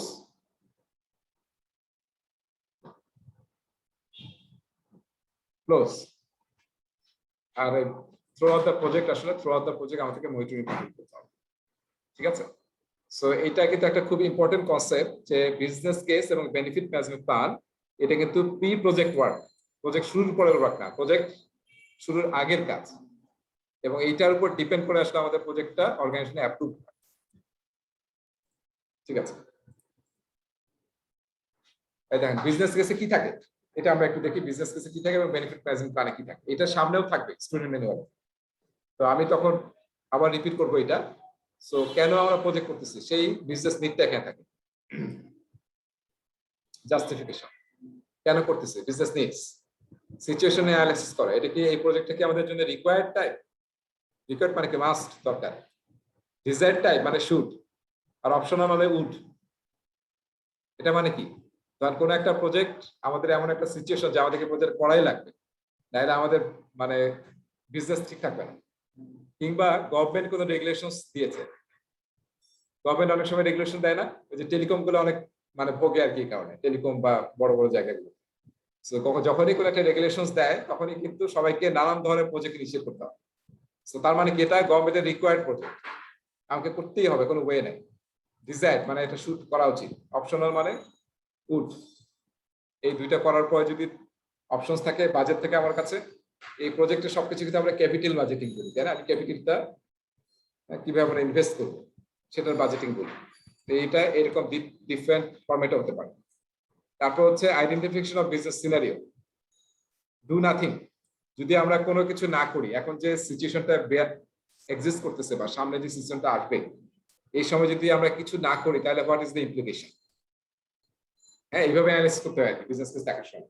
ডু দ্য মিনিমাম, যদি আমরা মানে মিনিমাম করি তাহলে আসলে আমাদের কি লাভ হবে বা কি লস হবে। আর ডু মোর দ্যান মিনিমাম এটা আসলে একদম আমাদের একদম বেস্ট এফোর্ট দেবো প্রজেক্টটা করার জন্য। তাহলে দেখেন ডু দা মিনিমাম এটা আসলে আমরা কোন জায়গায় অ্যাপ্লাই করবো এই তিনটার সাথে যদি কম্পেয়ার করি। গভর্নমেন্ট রেগুলেশনস দিয়েছে, এই যে জানেন আপনারা জানেন যে একদম লোকালে যারা আইপিএস আইএসপি ইউজ করি, এই যে আমাদের বাসায় আইএসপি ইউজ করি না আমরা, ওয়াইফাই ব্রডব্যান্ড, এই প্রতিটা আইএসপির কিন্তু ডিরেকশন দেওয়া আছে যে তোমার এখানে লক সার্ভার থাকতে হবে, যে কে কোথায় কি মানে ব্রাউজ করতেছে, কি পোস্ট দিচ্ছে কোথায় ফেসবুকে কোথায়, সেটা যাতে আমি লক সার্ভার চেক করে পাই। 6 মাসে লক সার্ভারে লক রাখতে বলছে। কিন্তু একটা আইএসপি এত ছোট, তার পক্ষে আসলে এত ডাটা মেনটেন করা, এত হিউজ মেমোরি মেনটেন করা কিন্তু টাফ, ঠিক আছে। ফলে দেখা যায় অনেকে নামে মাত্র একটা পিসি ব্যানার রাখছে এবং বলছে this is my lock server, এখানে আসলে 1 সপ্তাহ ডাটা নেই। কিন্তু যেহেতু গভর্নমেন্ট রেগুলেশনস, আমরা কি করতে যাচ্ছি যে আমরা আসলে ওটা কি করি যে চাই যে কত সহজে আসলে করতে বের হওয়া যায়, কারণ এটা কোনো বিজনেসে বেনিফিট দিবে না, কিন্তু আমাকে না করলে আবার আমি বিপদে পড়ব। গার্মেন্টস এর বিল্ডিং এ ফায়ার স্টেয়ার গুলা দেখা যায় এরকম ঝুলতেছে। হ্যাঁ, এটা দেখা যায় মানে ফায়ারের, তারপর সব বাসায় তো দেখি যে ফায়ারে থাকবে, হ্যাঁ অফিসে দেখা যায়। আচ্ছা, তারপরে দেখেন রিকমেন্ডেশন। ফাইনালি আমি কি রিকমেন্ড করতেছি, এই বিজনেস কেস লেখার দায়িত্ব কার? অনেক সময় প্রজেক্ট ম্যানেজার কিন্তু এখন আসেই নাই, চার্টারে প্রজেক্ট ম্যানেজার আসবে। বড় বড় স্পন্সর করবে না, business analyst, business analyst, sponsor এবং বড় বড় অর্গানাইজেশনে আলাদা ডেডিকেট ডিপার্টমেন্ট থাকে, যাদের কাজই হচ্ছে সারা বছর ধরে বিজনেস কেস নিয়ে কাজ করা। দেখা যায় ফাইন্যান্সের আন্ডারে একটা টিম থাকে, কারণ এখানে ফাইন্যান্সিয়াল অনেকগুলো, এই যে এভালুয়েশন করতেছি আমরা, এখানে আসলে ফাইন্যান্সিয়াল অ্যাপ্রেজাল থাকবে, এনপিভি, আইআরআর, এসব জিনিস আমরা ইউজ করবো। তো সেটা তো আসলে সবাই এক্সপার্ট না, এই জন্য একটা ডেডিকেটেড টিম থাকে এবং বেশিরভাগ জায়গায় দেখা যায় ফাইন্যান্সের লোকজন এখানে ইনভলভ থাকে, ফাইন্যান্স এবং বিজনেস ডেভেলপমেন্ট ম্যানেজার কি এই কাজগুলো করে, বিজনেস ডেভেলপমেন্ট তারা করতে পারে, business development manager, business analyst এরা করে, ঠিক আছে। ওকে, তাহলে এই হচ্ছে আমাদের এটা। এবং এই যে বিজনেস অ্যানালাইসিস নিয়ে কিন্তু একটা পিএম এর আলাদা প্র্যাকটিস স্ট্যান্ডার্ড আছে এইসব জিনিস ঠিক মতো করার জন্য। এবং আমরা যে পরে আরেকটা টপিক বললাম না, বেনিফিট, এই যে পরে এখানে আছে বেনিফিট ম্যানেজমেন্ট প্ল্যানে কি কি জিনিস থাকে দেখেন। Target benefits, strategic alignment. আমার সব প্রজেক্টে কিন্তু আমরা জানি স্ট্র্যাটেজির সাথে অ্যালাইনমেন্ট, তাই না? স্ট্র্যাটেজি, পোর্টফোলিও, প্রোগ্রাম এবং প্রজেক্টস। সো কোনটার স্ট্র্যাটেজির সাথে alignment? Time frame for realising benefit, কখন, কোন কোয়ার্টারে, কোন মাসে, কোন বছরে কি পরিমাণ টাকা পাবো আমি। বেনিফিটস ওনার, ঠিক আছে, কে অ্যাকাউন্টেবল, কে রিয়েলাইজ করবে। কারণ আমরা জানি প্রজেক্ট হচ্ছে টেম্পোরারি অর্গানাইজেশন, জেনারেলি প্রজেক্ট শেষ হওয়ার পরে টিমটা কি হয়ে যায়, অ্যাডজর্ন হয়ে যায় জেনারেলি। তাহলে কি হবে, প্রজেক্ট শেষ, এই টিম তো আর নাই, রিয়েলাইজ করবে কি, অপারেশন টিম বা যাদের জন্য এটা করা হচ্ছে তারা। তো সেই বেনিফিট ওনার কারা, সেটা কিন্তু একদম স্পেসিফিক বলা থাকে। ম্যাট্রিক্স, আমরা যে প্রজেক্টের বিজনেস কেসে ম্যাট্রিক্স গুলো সেট করছিলাম যে আমি এত এনপিভি পাবো, আইআরআর পাবো, এত পরিমাণ বেনিফিট পাবো, আর বা আরো অন্য কোনো ম্যাট্রিক্স হতে পারে, ঠিক আছে। আমার এনভায়রনমেন্টে এটা মানে বায়ু দূষণ এত কম হবে, বা জ্যাম এর এত সময় কম বাঁচবে, এইসব জিনিসগুলো আমরা যে কেপিআই সেট করেছিলাম সেটা আমরা মিলিয়ে দেখবো যে সেই ম্যাট্রিক্সটা আমরা অ্যাচিভ করতে পারছি কিনা। এবং অ্যাজাম্পশন থাকে অনেক সময়, অ্যাজাম্পশন, কনস্ট্যান্ট এবং রিস্ক মানে কি, যেটা আসলে যেটা ঘটতে আমাদের বেনিফিট কমেও যেতে পারে, আবার বেড়েও যেতে পারে। তো সেই রিস্কটাও আমরা আইডেন্টিফাই করতে হবে যে কি কি রিস্ক হতে পারে, যার কারণে আমাদের বেনিফিটটা হয়তো হ্যাম্পার হতে পারে। এই সব জিনিসগুলো থাকে হচ্ছে বেনিফিটস ম্যানেজমেন্ট প্ল্যান, ঠিক আছে। তো দুইটার কন্টেন্ট কিন্তু একটু ডিফারেন্ট, এবং এইটা নিয়েও বেনিফিট কিভাবে ম্যানেজ করতে হবে এটা নিয়ে কিন্তু পিএম এর একটা প্র্যাকটিস স্ট্যান্ডার্ড আছে, এবং বইটার নাম হচ্ছে বেনিফিটস ম্যানেজমেন্ট বলে এই ডকুমেন্টের নাম, practice standards for benefit management. সেটা খুবই একটা ছোট ডকুমেন্ট, 100 পৃষ্ঠার মতো হবে। এই যে বেনিফিট নিয়ে কিভাবে কাজ করবেন আপনি, কিভাবে রিয়েলাইজ করবেন। সো পিএমআই যেহেতু প্রজেক্ট ম্যানেজমেন্ট নিয়ে কাজ করে, একদম পুরো প্রজেক্ট ম্যানেজমেন্টে যা যা লাগবে তার সব বিষয়ে তাদের আসলে গাইডলাইন আছে আর কি। অলরাইট, সো আমার মনে হয় সব শেষ হয়ে গেছে। এই এনপিভি আরওআই আমি পরে আলোচনা করবো, এই জন্য এখানে আর যাচ্ছি না। ওকে, সো কোনো কোশ্চেন আছে কিনা আমরা যেটা করলাম? আমরা এটা কোন চ্যাপ্টার কভার করলাম? এটা কোন চ্যাপ্টার কভার করলাম? এখনো কভার শেষ হয় নাই, চ্যাপ্টার 1 করতেছি আমি পিএম এর। মোটামুটি চ্যাপ্টার 1 শেষ করলাম। রেজা ভাই, জি বলেন। ওই প্রজেক্ট বেনিফিট ম্যানেজমেন্ট প্ল্যানের ওই স্ট্র্যাটেজিক অ্যালাইনমেন্ট যেটা বললেন, ওইটা একটু আরেকবার এক্সপ্লেইন করবেন কিভাবে এটা আপনার প্রজেক্ট বেনিফিট ম্যানেজমেন্টের প্ল্যানের অংশ হয়? আমরা তো যে গত ক্লাসে দেখেছিলাম না যে কিভাবে হায়ারার্কিক্যালি সব কানেক্টেড, স্ট্র্যাটেজি, পোর্টফোলিও, প্রোগ্রাম এবং প্রজেক্ট, তাই না? জি। তার মানে প্রজেক্ট তো নিশ্চয়ই যদি আমরা উল্টা দিকে ব্যাক ট্র্যাক করি তাহলে অবশ্যই কোনো স্ট্র্যাটেজির সাথে কানেক্টেড। সেটা কোন স্ট্র্যাটেজির সাথে কানেক্টেড? আমি ধরেন আমি বলছি যে আমার স্ট্র্যাটেজি হচ্ছে নেক্সট 5 ইয়ার্স এর যে আমার কাস্টমার বেস 5% বাড়াবো। 2 নম্বর স্ট্র্যাটেজি হচ্ছে আমার বেনিফিট প্রফিট আমি 2% বাড়াবো। আরেকটা স্ট্র্যাটেজি হতে পারে যে আমি আমার কাস্টমার স্যাটিসফ্যাকশন ইনডেক্স CSI যেটা আমরা বলি, আর একটা টুল ইউজ করি আমরা NPS, নেট প্রমোটার স্কোর, সেটা আমাদের এখন আছে ধরেন 40, আমরা এটা 45 করি। তাহলে আমি যে প্রজেক্টটা নিচ্ছি সেটা আসলে ব্যাক ট্র্যাক যদি করি তাহলে কোন স্ট্র্যাটেজির সাথে এটা অ্যালাইন? এটা কি বেনিফিট 2% বাড়াবে, নাকি কাস্টমার বেস বাড়াবে, নাকি কাস্টমার স্যাটিসফ্যাকশন বাড়াবে? এটা ওকে, ঠিক আছে। এখন আসেন আমরা সবাই কি অবস্থা? অনেকক্ষণ গল্প করলাম, সবাই ঠিক আছে নাকি? এখন আমরা একটু অ্যাজাইল লাইফ সাইকেল নিয়ে কথা বলবো এবং আজকে বোধহয় অ্যাজাইলের কিছু শুরু করতে পারবো, ঠিক আছে?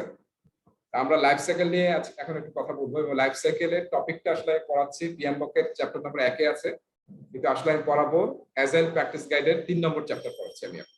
এই যে এখন যেটা শুরু করবো অ্যাজাইল প্র্যাকটিস গাইডের 3 নম্বর চ্যাপ্টার, এবং অ্যাজাইল প্র্যাকটিস গাইড থেকে আমাদের পুরো বইটাই এখন পড়তে হবে। তো আমি আসলে মেইনলি ফোকাস করতে হবে, যেটা একটু লিখে রাখেন যদি কাগজ কলম থাকে, সেটা হচ্ছে চ্যাপ্টার 2, 3, 4, 5। হ্যাঁ, এই চ্যাপ্টার 2, 3, 4, 5 সবগুলো চ্যাপ্টার আমি ক্লাসে পড়াবো।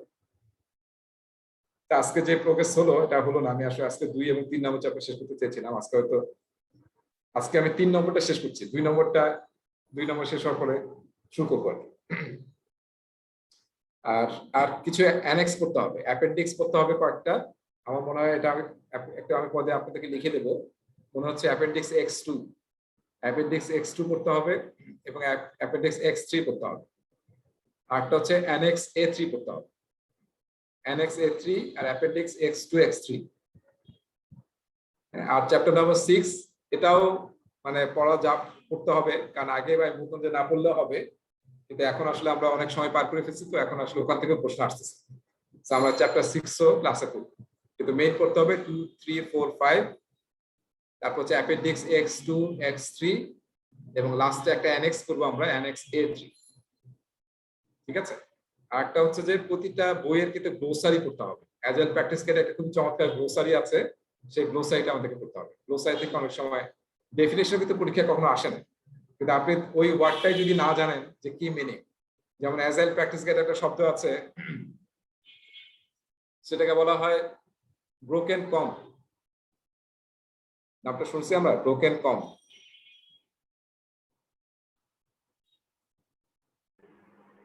না, কখনো শুনিনি।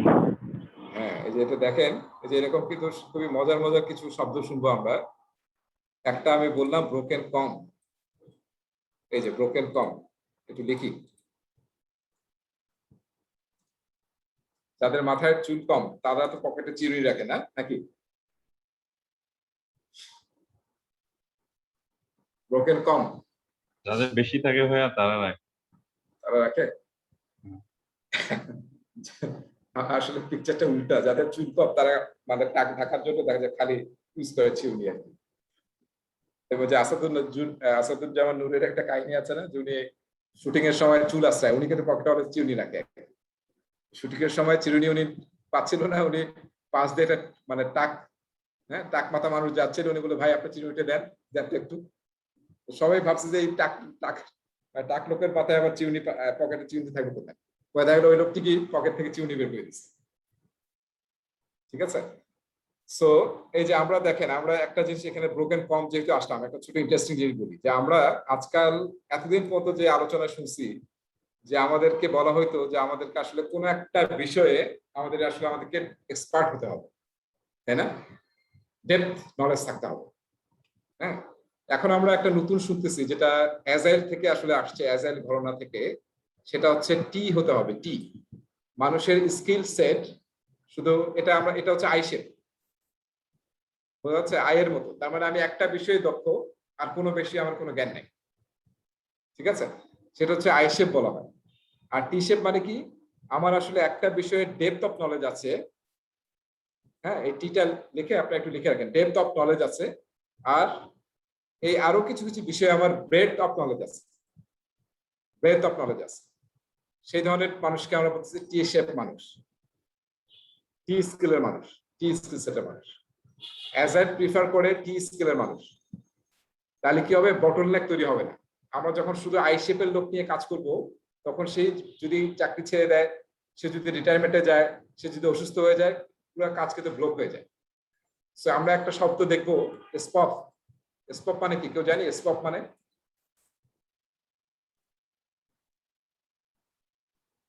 আমরা ইউজ করি, কিন্তু এটা আমরা অনেক জায়গায় ইউজ করি। Single point of failure. হ্যাঁ, সিঙ্গেল পয়েন্ট অফ ফেল আমরা সংক্ষেপে বলি।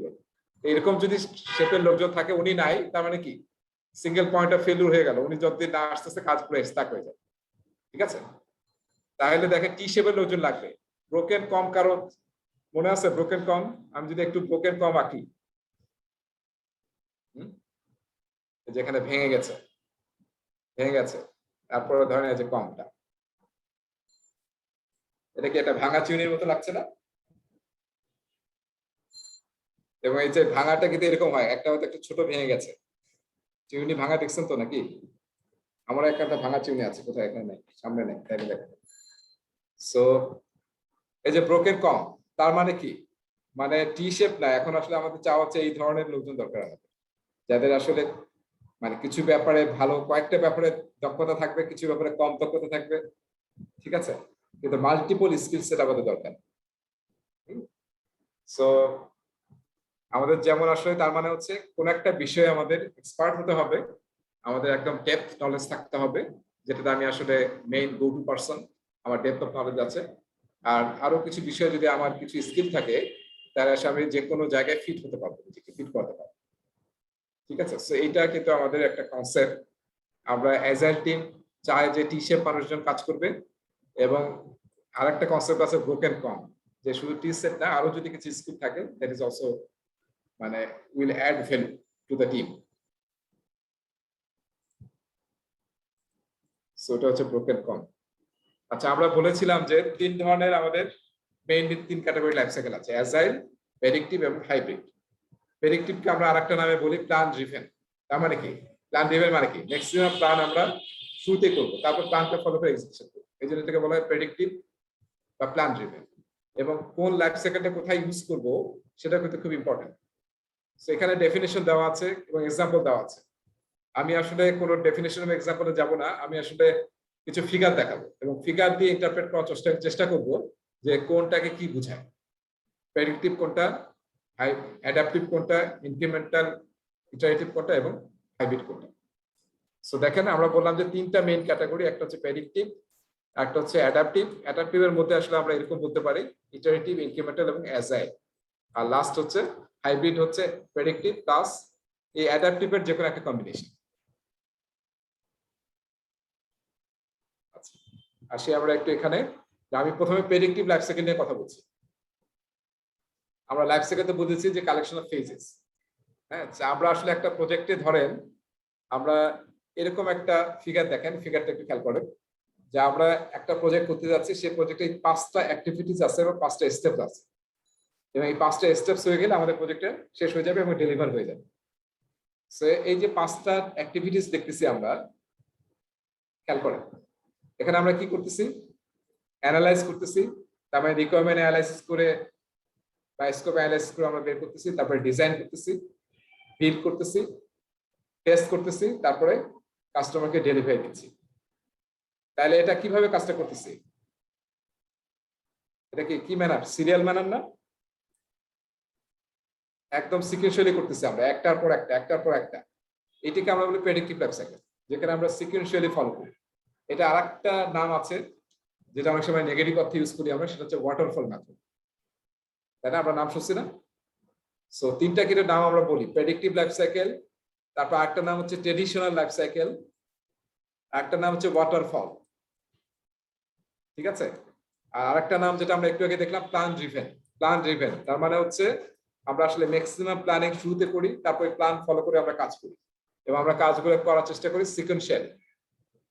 কনস্ট্রাকশন প্রজেক্টগুলো মেইনলি এইভাবে আমরা করি, ঠিক আছে?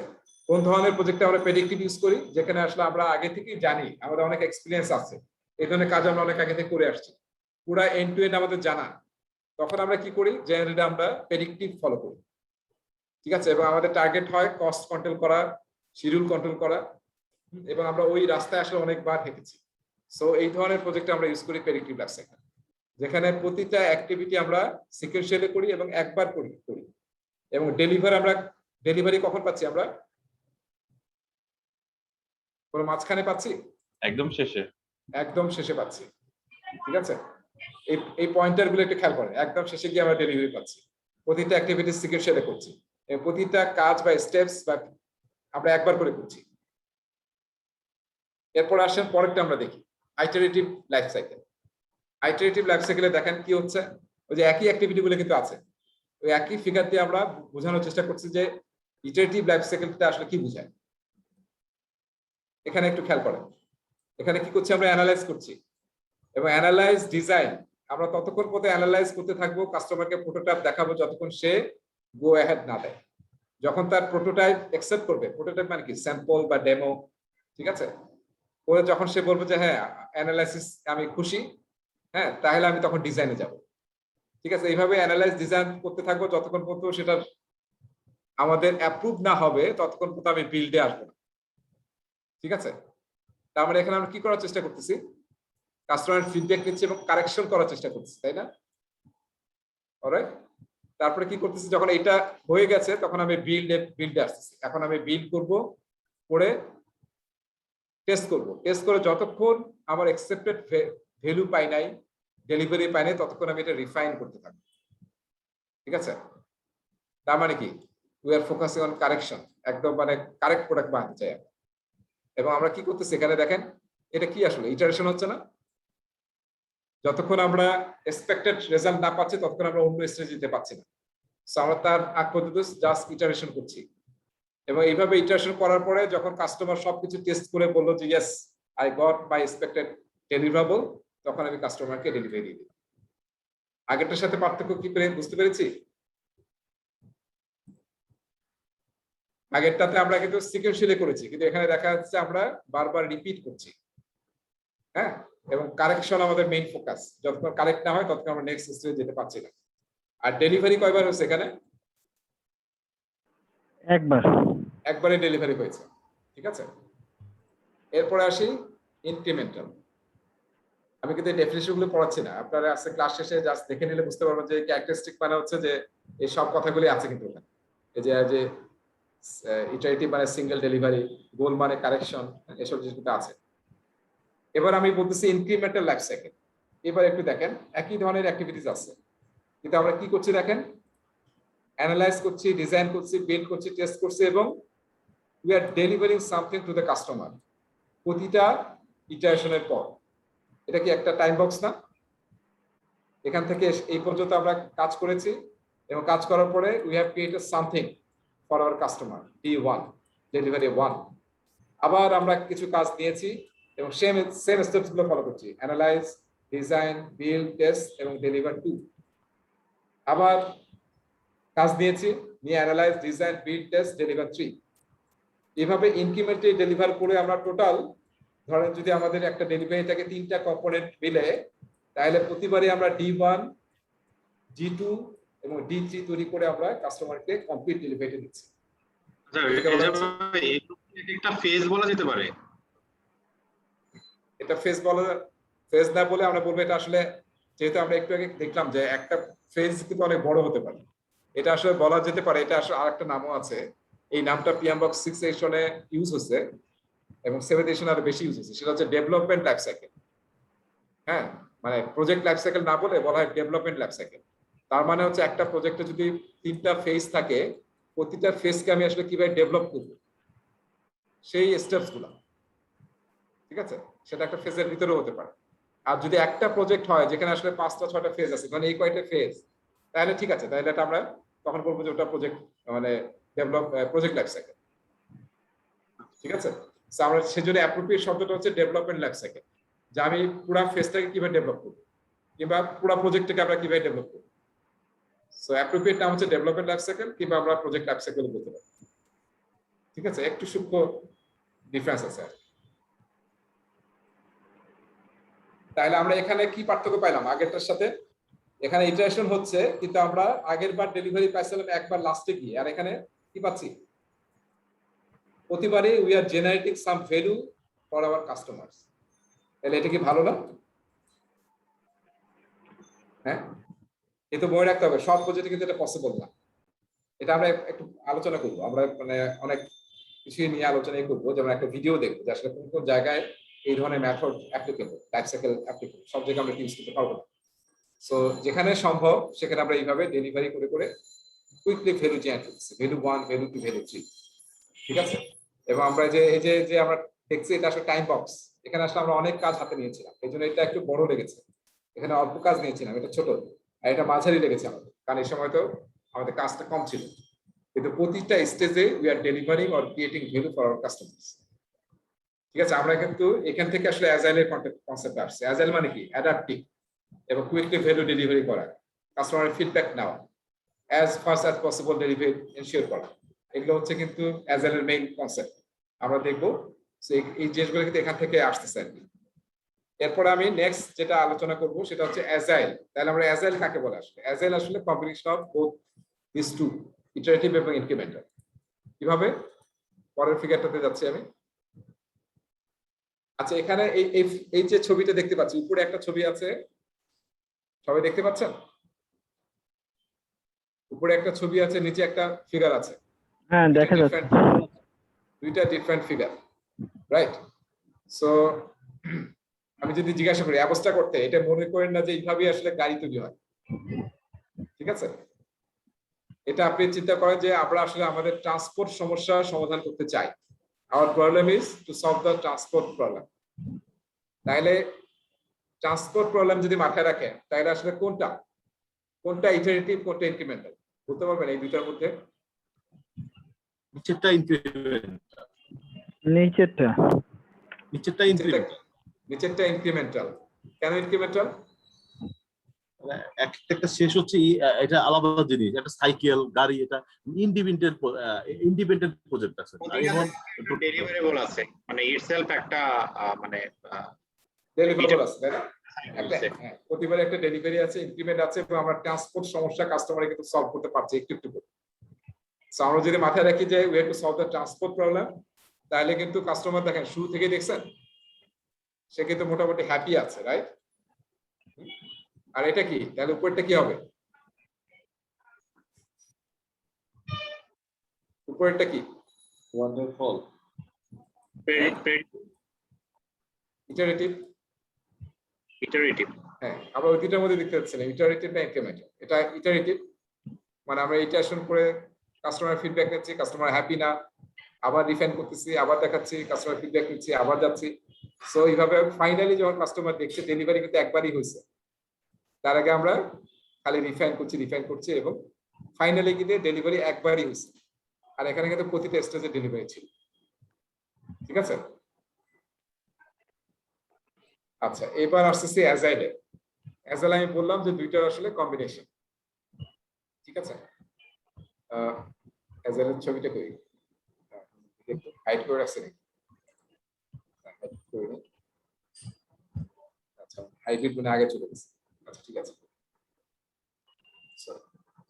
সো অ্যাজাইল বা অ্যাডাপটিভ যেটা আমরা বলি, অ্যাডাপটিভ লাইফ সাইকেল, সেটা আসলে কম্বিনেশন অফ বোথ। তার মানে আপনি ইটারেশনও ফলো করবেন, আবার ইনক্রিমেন্টালও ফলো করবেন। সো সেই দুইটা মিলে আমরা বলি হচ্ছে অ্যাজাইল কিংবা অ্যাডাপটিভ। এখানে দেখেন, এখানে দুই ধরনের ফিগার আছে।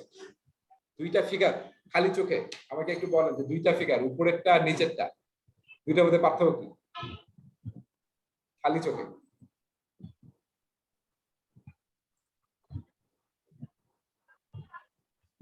উপরেরটার কি সাথে এই নিচেরটার পার্থক্য কি?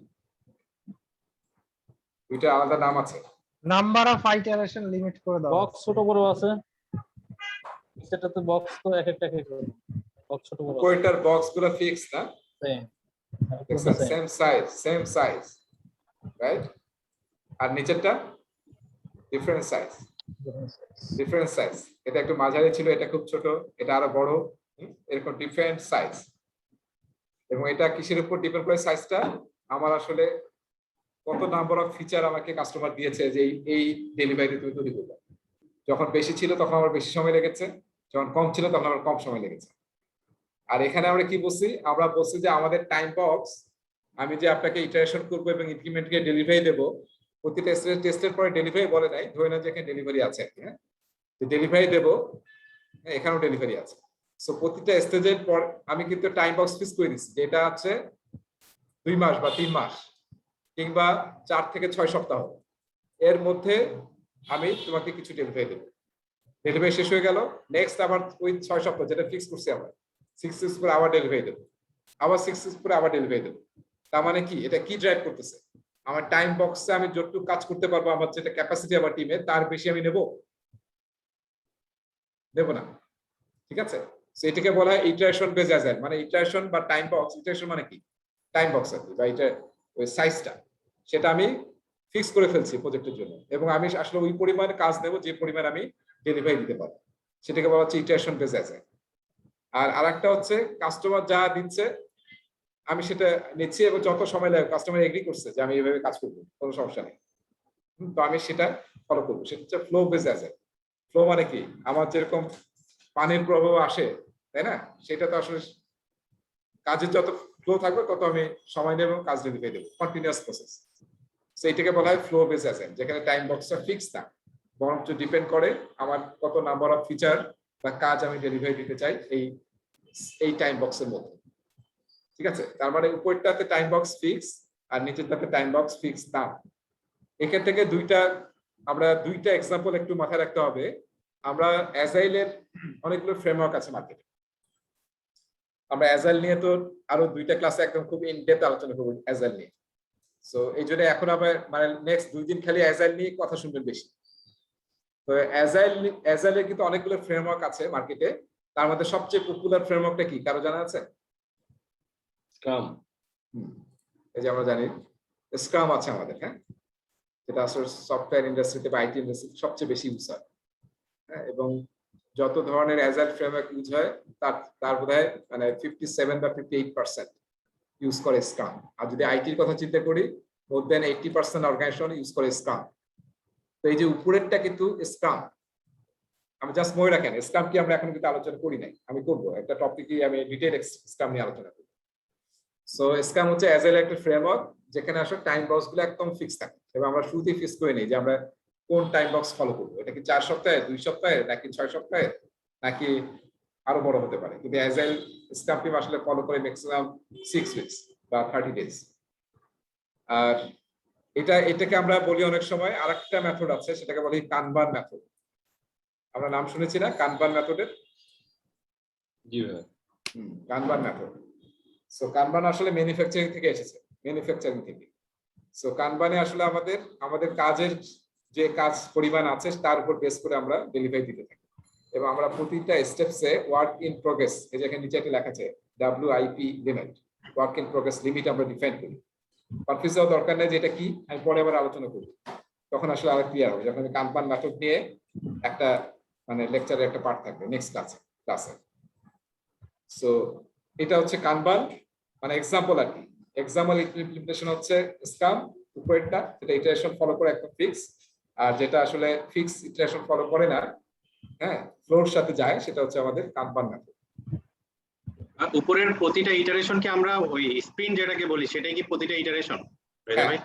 হ্যাঁ, স্ক্রামে ইটারেশনকে বলা হয় স্প্রিন্ট। স্ক্রামের কিছু টার্মিনোলজি আছে, সেই টার্মিনোলজিগুলো আমরা আলোচনা করব যখন স্ক্রাম নিয়ে আলোচনা করব। স্ক্রামে ইটারেশনকে বলা হচ্ছে স্প্রিন্ট, টাইম বক্সটাকে বলে। আর PMY বা PM বক বা আমরা যে পড়ালেখা করবো সেখানে আসলে কোথাও PMI ওই মানে কোনো ফ্রেমওয়ার্ক রিলেটেড কথা বলবে না, সে জেনেরিক টার্মগুলো ইউজ করবে, কাউকে প্রমোট করবে না, নট স্ক্রাম নট কানবান, হ্যাঁ। সো সে আসলে জেনেরিক টার্মগুলো ইউজ করার চেষ্টা করবে, কিন্তু পাশাপাশি আমি ওই শব্দগুলো বলবো কারণ পরীক্ষায়ও অনেক সময় আসতে পারে। আপনি হয়তো অনেক রিডিং করতে গিয়ে কনফিউজ হবেন যে কোনটা স্প্রিন্ট কোনটা কি, এরকম যাতে না হয়। শব্দগুলো ইউজ করলে যেটা সুবিধা হয়, আমরা মানে আমাদের প্রফেশনাল কাজের সাথে রিলেট করতে পারি অনেক অনেক সময়, হ্যাঁ, তখন ইজি হয় আর কি। right. তো সেটা আমি করবো, আপনাদের সমস্যা নেই, সেটা আমি করবো। আচ্ছা, সো এই টেবিলটা মহা ইম্পর্টেন্ট টেবিল। এই টেবিলটা আমি এতক্ষণ যা পড়ালাম, এই যে লাইফ সাইকেলের সব সামারি এই টেবিলটাতে আছে, ঠিক আছে? এই টেবিলটা যদি আপনি একবার মানে পরীক্ষার আগে তো আমরা সব করতে পারি না, তখন এই টেবিলটা একবার চোখ বুলিয়ে নেবেন, আপনার সব বোঝা শেষ। কিভাবে? দেখেন এখানে সব আছে, এই যে ক্যারেক্টারিস্টিক্স, সব প্রজেক্টে 4টা ক্যারেক্টারিস্টিক্স থাকে, তাই না? রিকোয়ারমেন্টস, অ্যাক্টিভিটিস, ডেলিভারি, গোল। এখানে অ্যাপ্রোচ আমরা আসলে কোন ধরনের লাইফ সাইকেল ইউজ করব, প্রেডিক্টিভ, ইটারেটিভ, ইনক্রিমেন্টাল নাকি অ্যাজাইল, ঠিক আছে? হাইব্রিডটা আমরা পরে আসছি। এখানে একটু খেয়াল করেন, এই যে আমাদের মনে আছে ফিগারগুলো যদি একটু মাথায় রাখেন, প্রেডিক্টিভে রিকোয়ারমেন্ট আমরা কি আগে থেকে ফিক্স করে ফেলি, এই জন্য আমরা ডিটেইল প্ল্যান করতে পারি যে 5 তলা বাড়ি বানাবো, কি কি হবে সব আমাদের ফিক্স, ঠিক আছে? সো সেটা হচ্ছে আমাদের কি প্রেডিক্টিভে আমরা রিকোয়ারমেন্টটাকে আগেই ফিক্স করার চেষ্টা করি। তারপরে কি করি, ওই যে 5-6টা অ্যাক্টিভিটি দেখেছিলাম, analysis, design, build, test, perform once for the entire project. প্রতিটা কাজ আমরা স্টেপস একবার করে ফলো করি সিকোয়েন্সিয়ালি। এবং ডেলিভারি কয়বার হয়? একবার। Single delivery. টার্গেট কি? কস্ট ম্যানেজমেন্ট, যাতে আমাদের বাজেট আগে থেকে যদি আমরা ভালো প্ল্যান করতে পারি, তাহলে আসলে কোথায় ইফেক্ট হয় সবচেয়ে বেশি? মেইনলি কস্ট এবং শিডিউলে। আমরা যদি আগে থেকে খুব ভালো ডিটেইল প্ল্যান করতে পারি, আমাদের মেইন টার্গেট হচ্ছে কস্ট ম্যানেজমেন্ট করা। ইটারেটিভ আসি নেক্সটটা। ইটারেটিভে কিন্তু রিকোয়ারমেন্ট ডাইনামিক, তাই না? কার কাস্টমার দেখে বলতেছে হয় নাই বা এরকম চাচ্ছি না, তাহলে আমি আবার রিফাইন করব, আবার কারেক্ট করব। সো দেখেন প্রতিটা কিন্তু ডাইনামিক, মানে এগুলো সবই কিন্তু আমি বলছি যে অ্যাজাইল কিন্তু এই দুটো কম্বিনেশন, তার মানে সবকিছু ডাইনামিক রিকোয়ারমেন্ট, চেঞ্জ ড্রিভেন। এই জন্য আসলে অ্যাজাইলকে বলা হয়, আমরা যেমন প্রেডিক্টকে বললাম প্ল্যান ড্রিভেন, অ্যাজাইলকে বলি আমরা হচ্ছে চেঞ্জ ড্রিভেন। আর আমি প্রেডিক্টিভের মধ্যে আরো 2টি নাম বলছি, একটা হচ্ছে ট্রেডিশনাল, একটা হচ্ছে ওয়াটারফল। এই 2টা শব্দ আমরা ইউজ করব না, পিএমপি এর কোনো এক্সামে এটা আসবে না, এবং পিএম বক বা কোথাও এটা নাই। মানে লোকজন আসলে একটু পচানোর জন্য ট্রেডিশনাল বলে। ট্রেডিশনাল মানে কি? এই লোকটা খুব ট্রেডিশনাল। আমরা কি পজিটিভ অর্থে বলি না নেগেটিভ অর্থে বলি? হেও করার জন্য বলা। হ্যাঁ, হেয় করার জন্য বলা, নেগেটিভ নেগেটিভ অর্থে। সো আমরা আসলে এই শব্দগুলোতে এখন বের হয়ে আসবো। সো ট্রেডিশনালও বলবো না, ওয়াটারফল বলবো না। অ্যাজাইল টিম যারা খুব আসলে অ্যাজাইল পাগল, যে অ্যাজাইল ছাড়া কোনো প্রজেক্টই সম্ভব না, তারা আবার খালি ওয়াটারফল বলে এবং বলে যে এই প্রেডিক্টিভ প্রজেক্ট আর চলবে না, ওয়াটারফল মেথড, যেখানে আসলে পানি পড়ে যাচ্ছে, উই ক্যানট গো ব্যাক, কোনো ফিডব্যাক দেওয়ার স্কোপ নাই। So waterfall is wrong approach. কিন্তু মনে রাখতে হবে এই প্রেডিক্টিভ কিন্তু আমরা হাজার হাজার বছর ধরে প্রজেক্ট করে আসতেছে না। মিশরের পিরামিড তৈরি হয় নাই, তখন কি অ্যাজাইল ছিল? অ্যাজাইল আসছে 2001 সালে। So this all the methods আর কি ভ্যালিড মেথডস। একটা মনে রাখি, পৃথিবীতে কিন্তু সবকিছু ওয়ার্ক ইন প্রোগ্রেস। আজকে অ্যাজাইল আছে, কালকে অ্যাজাইলের বদলে অন্য কোনো নাম চলে আসবে না, তাই না? সো এটা কিন্তু চেঞ্জ হচ্ছে। একসময় বাসায়, প্রতিটা বাসায় কি ছিল? ল্যান্ড ফোন ছিল। ল্যান্ড ফোনের জন্য আমরা পাগল ছিলাম, তাই না? সব বাসায় ল্যান্ড ফোন থাকতে হবে, এটা একটা নাম্বার। আমার বাসায় একটা নাম্বার আছে, ল্যান্ড ফোন থাকাও একটা বিশাল ব্যাপার। আমার মনে হয় যারা জানেন এখানে কাদের কিরকম, যারা ল্যান্ড ফোন থাকা অবস্থায় প্রেম করেছেন তারা খুব ঝামেলায় পড়ছেন নাকি?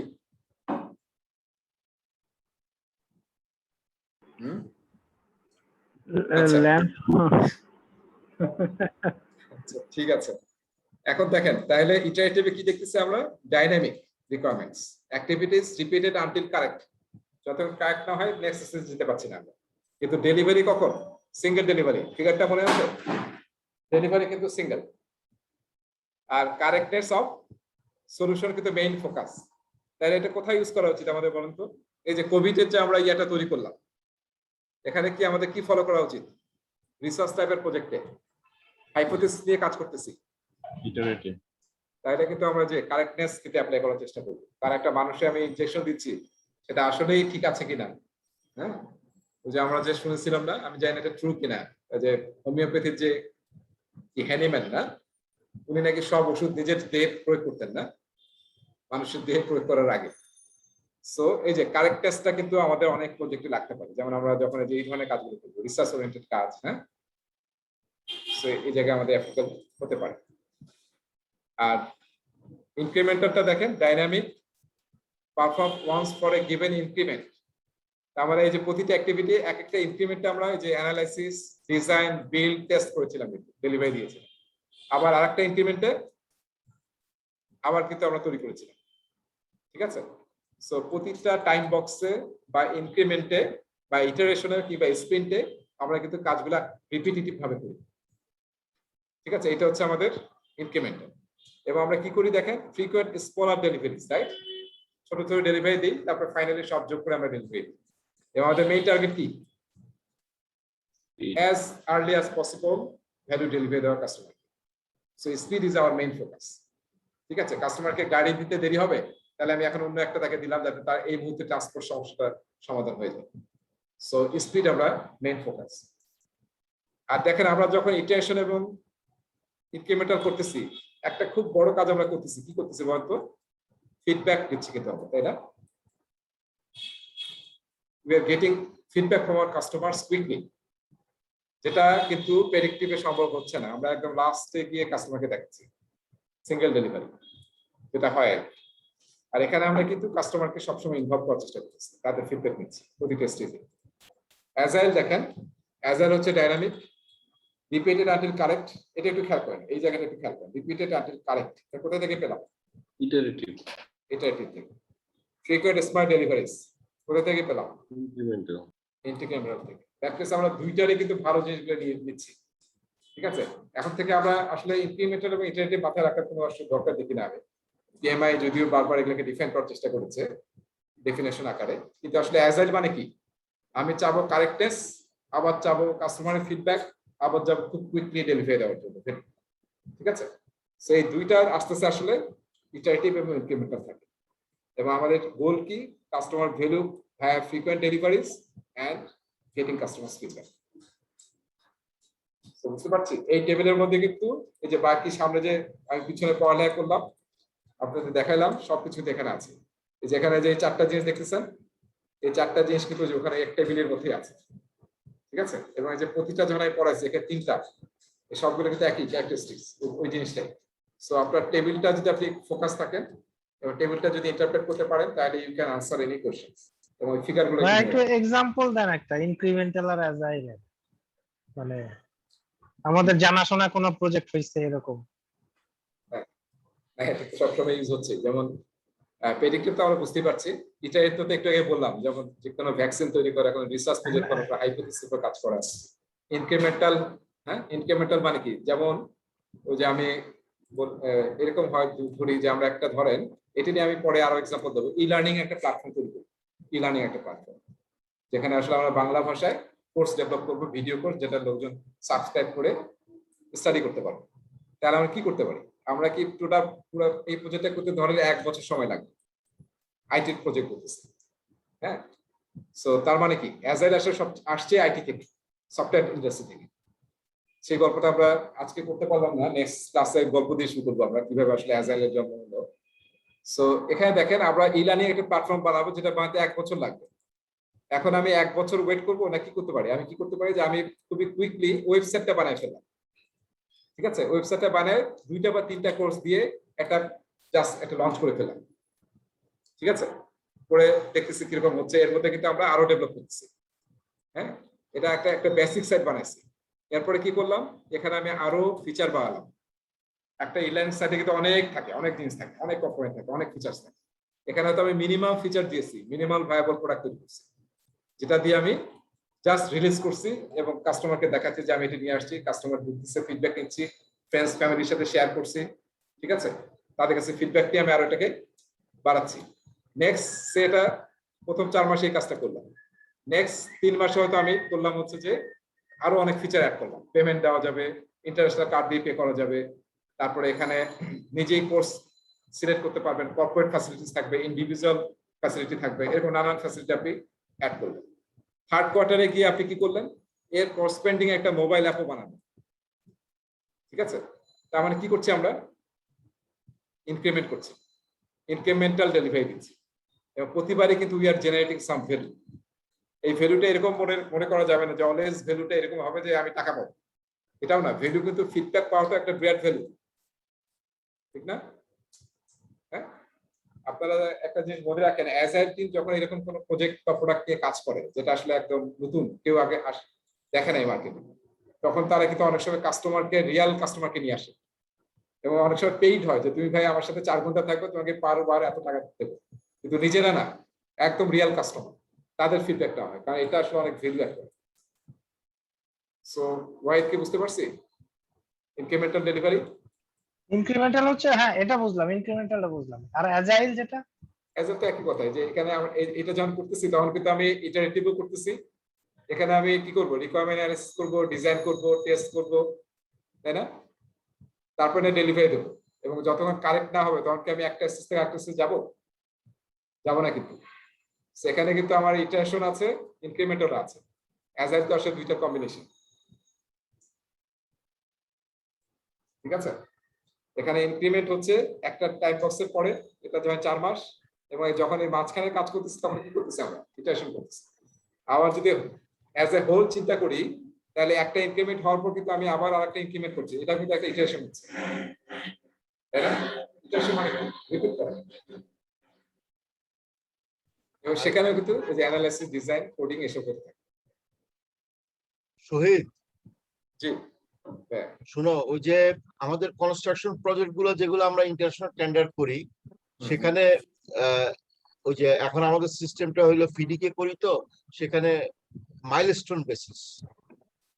কথার কথা, আমার সে আগে যেরকম পেমেন্ট গুলো হইতো বা আউটপুটটা হইতো বেসিস, যে সে আমাকে যে কয়টা পাইল কনস্ট্রাক্ট করলো মেজারমেন্ট নিয়ে টিয়ে আমি করতাম। আর এখন করতেছি কি, সে আমাকে কথার কথা, আমার ওখানে 10টা ব্রিজ আছে, একটা ব্রিজ কমপ্লিট করে দিলে তাকে আমি মাইলস্টোন পেমেন্ট দিচ্ছি, এরকম কিছু, বা একটা অ্যাপ্রোচ করে দিলে মাইলস্টোন পেমেন্ট হচ্ছে।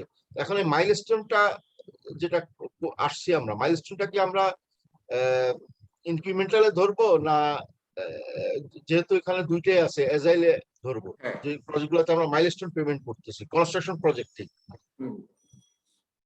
মানে এটাও কিন্তু যে ইনক্রিমেন্টাল ডেলিভারি হচ্ছে। সো আমরা কিন্তু মানে অ্যাজ এ, মানে যদি ব্রডলি বলি তাহলে আমরা অ্যাজাইল করতে পারি, যে আমরা অ্যাজাইলে কনসেপ্ট ইউজ করতেছি। হ্যাঁ, ফুল 10টা ব্রিজ করে তারপরে পেমেন্ট দেবো, তারপরে চেক করবো, এসব না করে আমরা কিন্তু প্রতিটাই চেক করে নিচ্ছি। এখানে কিন্তু সবই করতেছি, ইন্সপেক্ট করতেছি, দেখতেছি, ভ্যালিডেট করে তারপরে কিছু ক্রাইটেরিয়া মিট করলে আমরা মাইলস্টোন অ্যাচিভ হচ্ছে, তাকে পেমেন্ট দিয়ে দিচ্ছি। মাইলস্টোনে হচ্ছে, হ্যাঁ মাইলস্টোনে হচ্ছে, হ্যাঁ খুবই একই। কিন্তু মানে কনসেপ্ট গুলো কিন্তু আমরা নাম থেকে এরকম দেখতেছি, আসলে ইটারেটিভ ইনক্রিমেন্টাল আসলে বেশি ফোকাস না থেকে আমরা আসলে অ্যাজাইল আর প্রেডিক্টিভ বলবো। মেইন দুইটা ভাগ, অ্যাজাইল আর প্রেডিক্টিভ। তোমার সাথে হ্যাঁ বলুন। আমি তোমার সাথে একমত, কারণ আগে আমাদের কনস্ট্রাকশন প্রজেক্ট গুলো ছিল প্রেডিক্টিভ টাইপের।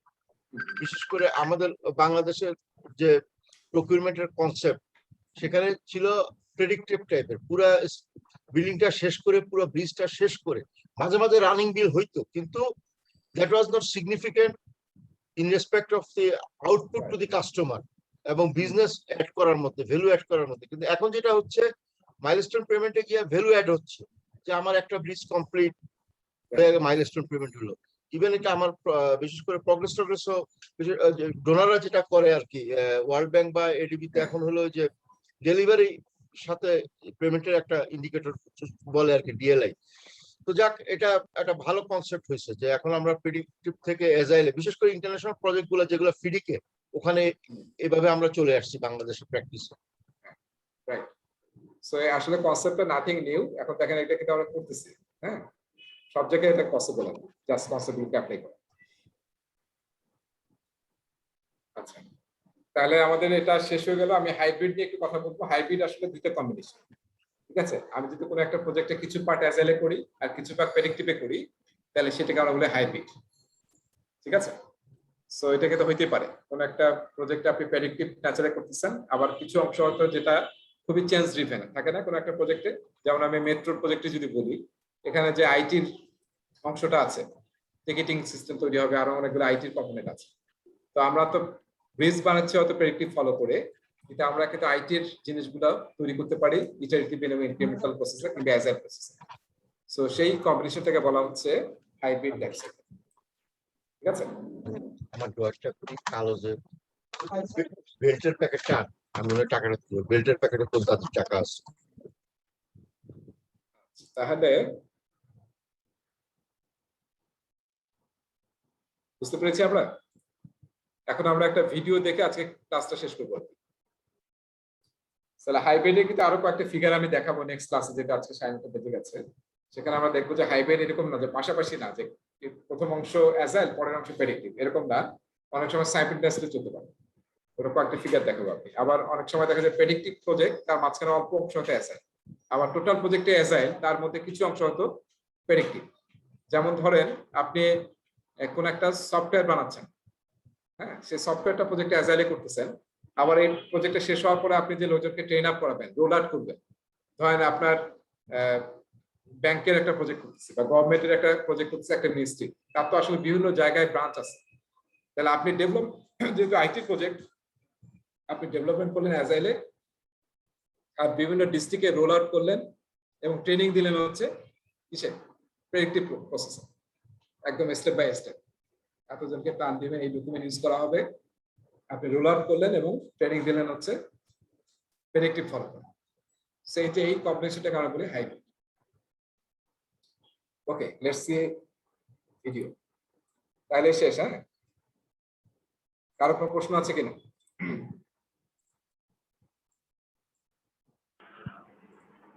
প্রশ্ন মানে জিনিসটা তো এত গভীরতায় চলে গেছেন আপনি, প্রশ্ন করার মতো সাহস নাই, ভিডিওটা দেখে ফেলি।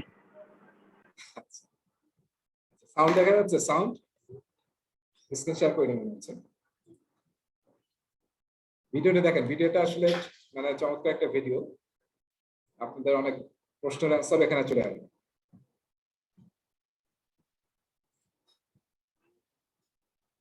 Welcome to the Project Management Institute's Spotlight series. In this presentation, you'll point the spotlight on when to apply agile methodologies. সবাই শুনতে পাচ্ছি না সাউন্ড? জি ভাইয়া, শোনা যায়। শুনতে পাচ্ছি। একটু You have স্লো heard ভাই the sound. hype and are anxious to begin your first agile project. But wait, there is something you should think about and remember. Agile. In this presentation, you'll point the spotlight on when to apply agile methodologies. You have heard the hype and are anxious to begin your first agile project. But wait, there is something you should think about and remember. Agile methodologies and practices do not work in every situation and with every project type. Let's look at some of the projects ideally suited for agile approaches, and some where agile approaches are riskier or at least less advised. Agile practices work best when you can move fast, change direction, and even break things to figure out what to do next. Breaking things and creating waste is not a reasonable approach for some projects. Projects where the waste is physical, tangible materials like buildings or airplanes can be costly and damaging. You cannot or should not dig a hole and pour concrete over and over again until you like the location. Those kinds of decisions require planning before the work begins, or you can end up with problems.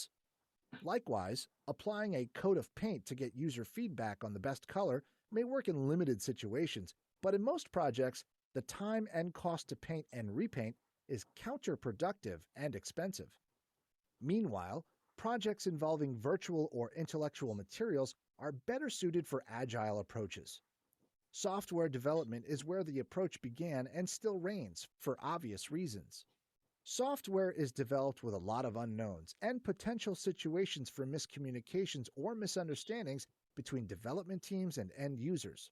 Agile approaches provide freedom to explore, engage, and react. And since code and other computer work can be deleted, updated, reworked, and refactored, there is little loss. Yes, time was lost in its creation, but it is far less than the time spent creating something no one wants, can't use, or that doesn't meet the need. Beyond software development, there are other places where agile methodologies could fit, depending on the willingness of the organization and the purpose of the endeavor. Research and development, such as experimenting with potential pharmaceuticals or exploring new approaches to arrange a travel excursion, lends itself to the agile approach. For example, Marketing campaigns could be arranged to respond quickly to customer feedback and pivot as needed. As long as your project or a major portion of it relies more on the intangible elements of the knowledge workers on your team, and you can scrap or redo work without too much financial burden, then you might have a good candidate for an agile project. And that's how you can tell if your project is a good candidate to apply the agile approach. Thanks for using the PMI's Spotlight on when to apply agile methodologies. For more information about the Project Management Institute, আচ্ছা, দেখলাম আমরা আসলে অ্যাজাইলের কনসেপ্টগুলো মানে traditional project use করতে পারি, যেমন যে server example দিল। আরো অ্যাজাইল নিয়ে আমরা নেক্সট দুইটা ক্লাসে পড়বো, তখন দেখবো যে অ্যাজাইল অনেক চমৎকার চমৎকার জিনিস আছে যেগুলো আসলে আমরা যে কোনো প্রজেক্টে অ্যাপ্লাই করতে পারি। তাহলে রেজা ভাই আজকে যেটা আপনি পড়াইলেন মূলত পিএম বুক 6 এর কোন জায়গাটাতে আছে? এটা পিএম বুক 6, তারপর এটা আমরা পড়বো হচ্ছে অ্যাজাইল প্র্যাকটিস গাইডের চ্যাপ্টার নম্বর 3। অ্যাজাইল প্র্যাকটিস গাইডের চ্যাপ্টার নম্বর 3 না? ওকে। পিএম বুকের 1 নম্বর চ্যাপ্টারও আছে, ওটা পড়া দরকার নেই। ডাইরেক্টলি আমরা অ্যাজাইল প্র্যাকটিস গাইডের চ্যাপ্টার নম্বর 3 পড়ব। নেক্সট ক্লাসে আমি আসলে আরো কয়েকটা ফিগার দেখবো হাইব্রিডের, তারপরে শুরু করবো আর কি অ্যাজাইলের ডিসকাশন আরো ডেপথ।